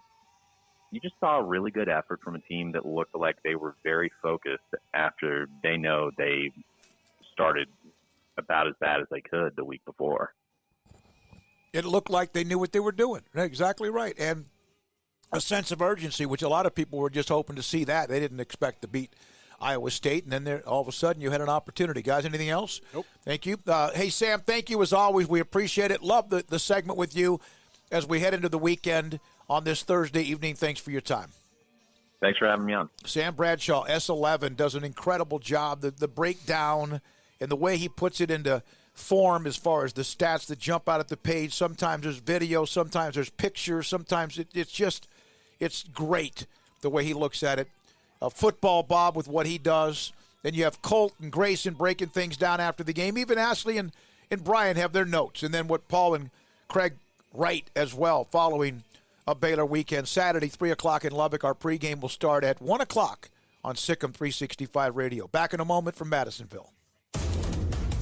Now get employee pricing for all on new Jeeps from Allen Samuels. Just in time for the holidays, Grand Cherokee Limited has 0% for 84 months and no payments for 90 days. Or pick a cool Jeep Compass or the rugged Jeep Renegade Subcompact. Take your pick because both feature employee pricing for all. 0% for 72 and no payments for 90 days. It's the Black Friday sales event at Allen Samuels. Your friend in the car business.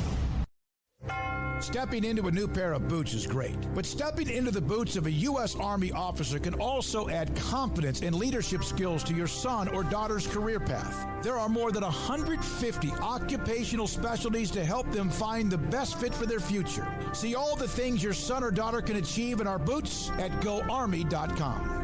U.S. Army Waco Recruiting Company, 254-598-8131 or 254-776-1543.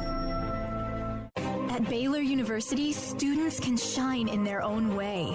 Or should we say their own ways? Because there's no limit to the ways Baylor students make the world a brighter place. Whether they're leading a student organization or following a higher calling, getting advice from faculty, or taking part in world-class research, pursuing their dreams, or working toward their dream job, students find their place to shine at Baylor, where lights shine bright.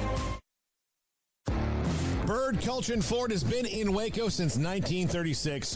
Ford, the #1 selling truck in Texas, 43 years running. And Bird Culchin Ford proudly supports high school football in Central Texas. And no better way to tailgate with a Ford than from Bird Culchin Ford. And are there better vehicles to tailgate with than the Ford F-150 or the Ford Expedition? And of course, you can get them new, pre-owned Bird Culchin Ford. Our sponsor of the Ford Tough Player of the Week, locally owned dealership. Online at bkford.com at 1701 West Loop 340 in Waco. Bird Culchin Ford.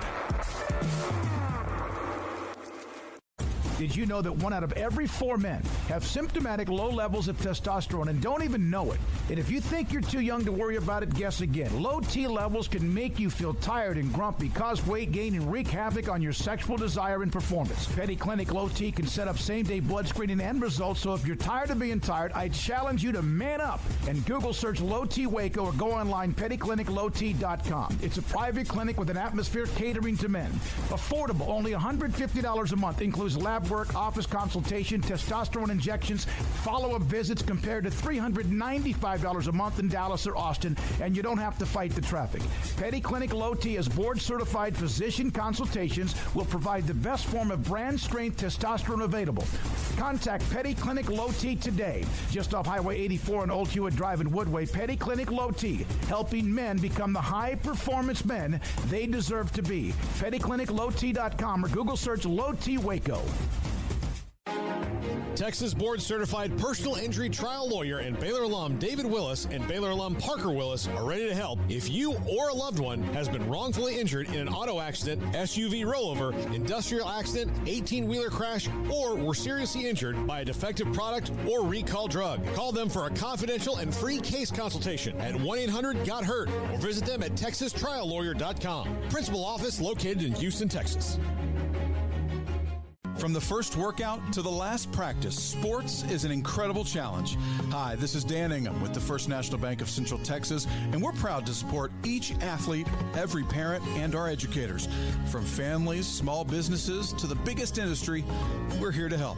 With remarkable products like First Free Checking, we've got banking ideas that fuel big dreams. The First National Bank of Central Texas. Familiar faces making local decisions. Member FDIC, Equal Housing Lender. Welcome back to Sic'Em365 Radio. Are you a Sic'Em365 super fan? Then try out our premium subscriptions at Sic'Em365.com. All right, back here at Mustang Stadium in Madisonville, both Center and Conley going through a lot of their pregame. I need to read this message from Molly Ferguson. She is the daughter of retired Major General James D. Isaacs Jr., who we had on the show yesterday. I want to read it because sometimes it will stop you and realize what something might mean to somebody else. I'm not sure how I can express to you what this meant to my family today, of all the days. his 5 children, their children, and their children carry so much pride in their patriarch. Today they listened in their offices with colleagues and at home with their families and felt such pride and emotion. He's not just our patriarch, he's our hero and our center. He points us all to Christ and to a greater good. I'm so grateful that my husband suggested this, but also even more so you saw the value. This is a gift we will cherish. Thank you. And that's from Molly Ferguson, the daughter of retired Major General James Isaacs. Appreciate that from Molly. I got her from Buddy, her husband, on a couple of things as well. Had some people send me some other great stories about the Veterans Day, and I want to read an article. I'm not going to do it until later on, maybe even over the weekend. But, Paul, the young man from Texas, we had him on 4th of July, Memorial Day. Nate Boyer. Nate Boyer wrote a letter to himself today, like yesterday. I guess it was published in the Players Tribune. I want looking back at that and seeing how those who served and what they think about times when they were trying to help us have the country we have today. Yeah, and that was a fantastic interview. It was really interesting. I mean, you think about what that guy saw. I mean, we're running out of World War II veterans. I mean, they're my grandfather was one. He's been gone for 14 years now or so, or 12 years, and so you don't get to talk to them anymore. And then when you do, they're not always as sharp as the gentleman we had on yesterday. So it was just really good to hear those stories and to hear something about it, because it is, I was talking to my nephew. He stayed with me last week because we didn't have a game, and I was telling him about World War II and some of the things he needs to learn about. I said, it's unfortunate that you can talk to Granddad because he was in it, and he was, you were 2 when he died, so it wasn't, you didn't get to really experience that and to hear it firsthand. I said, Luke, you're probably never going to get to meet a World War II veteran, and I got to meet a lot of them, and it's just something I always cherish to get to hear that firsthand. You had a lot of great people, men and women, that not only have served our country, but those who continue to do so today. I love the fact that he told me, a 98-year-old man who could look at America today, like a lot of people who are a little bit older. Heck, I'm 61. I look at it today sometimes. I'm always proud of our country, even when I'm not proud of certain things that we do. And he was, yes, they understand what the military means. And maybe there's a lot that don't, but he defended the younger generation like never before. And, by the way, speaking of the younger generation, Armstrong Sims is he still running the mothership, Paul? I mean, it's not, the mixture's here. Oh, so we can't. I'm looking at the thing he would normally talk about. So it's not magical. He can't use a wireless. No. Armstrong sent me a text said to me, I'd never heard of The Weeknd either. All right, Craig, I don't know if we're going to put up Armstrong's musical knowledge as to the youth of America. No. There's really no reason for him not to have, unless he just never listens to top 50 type radio or hip hop. I mean, if you only listen to country, I suppose, then no, you're not going to hear him on your airwaves. But he's a big enough star to be headlining the Super Bowl halftime show. You know, they don't give that to just anybody. They don't give that to flavors of the month typically. So, no, he's got quite the catalog. And if you're into like kind of boozy R&B, with a little bit of his own twist on it, then that's right up your alley. It's right up mine. It's exactly what I like to listen to as far as that genre goes, and he's unique in his own right. So I'm looking forward to it. It should be interesting. I think you'll like it. I bet you Christy London's played it in spin class a couple times during the classes. Oh okay. yeah. I'm sure she has. All right, so a guest lineup. Thank you very much to Clint Zander from Bosqueville, Jennifer Smoke for being a part of it today, Max Olson, Mickey Spagnola, Jeff Hume, Trey Yannick, the West Senior High School running back, and also Sam Bradshaw. For Ryan Davis, for Armstrong Sims, back at our mothership. We'll have Connolly and Center today. 6:30 is the pregame, 7 o'clock kick here on Sic'Em365 Radio and 106.7 FM. For Craig Smoke and Paul Catalina, we'll be back in about 35 minutes. This is Sic'Em365 Radio.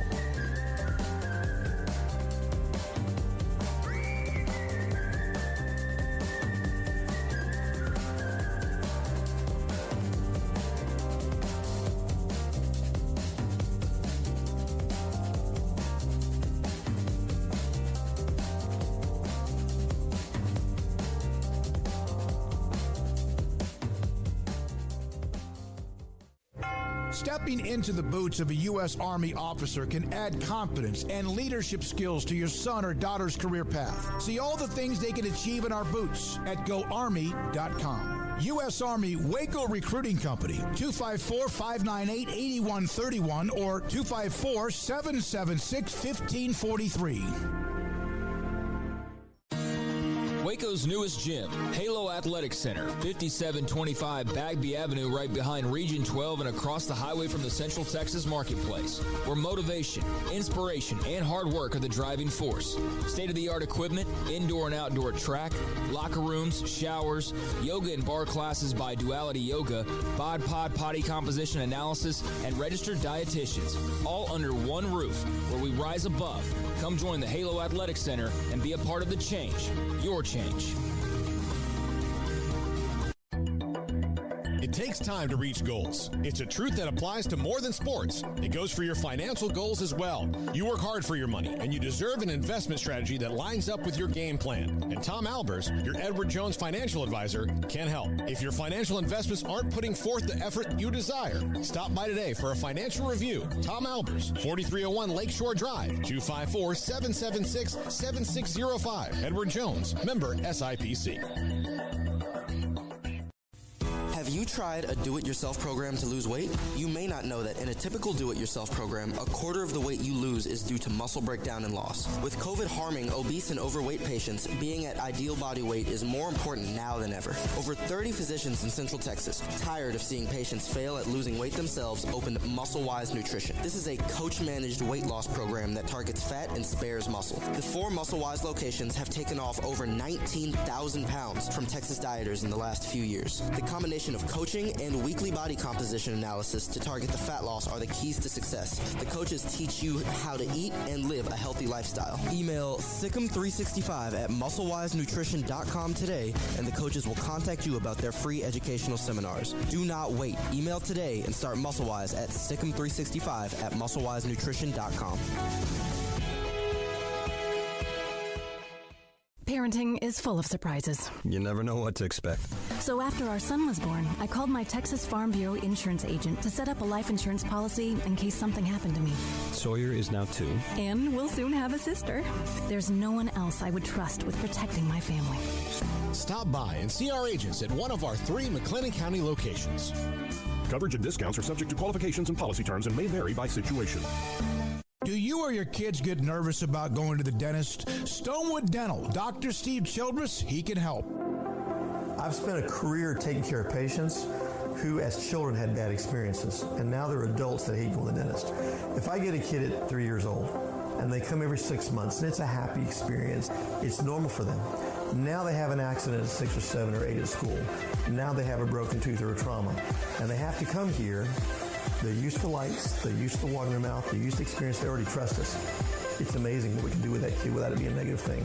But if I see a 6 or 7 or 8 year old that's never been to the dentist, and now they have a trauma or an unfortunate unexpected toothache, it's harder to do that for that kid and it not be somewhat of a negative experience. So bottom line is I try to teach kids and adults and teenagers and everybody the way I'd want my family treated, which is where it's a necessary part of life. You just take care of it. It doesn't have to be that big a deal. Learn more, stonewood-dental.com.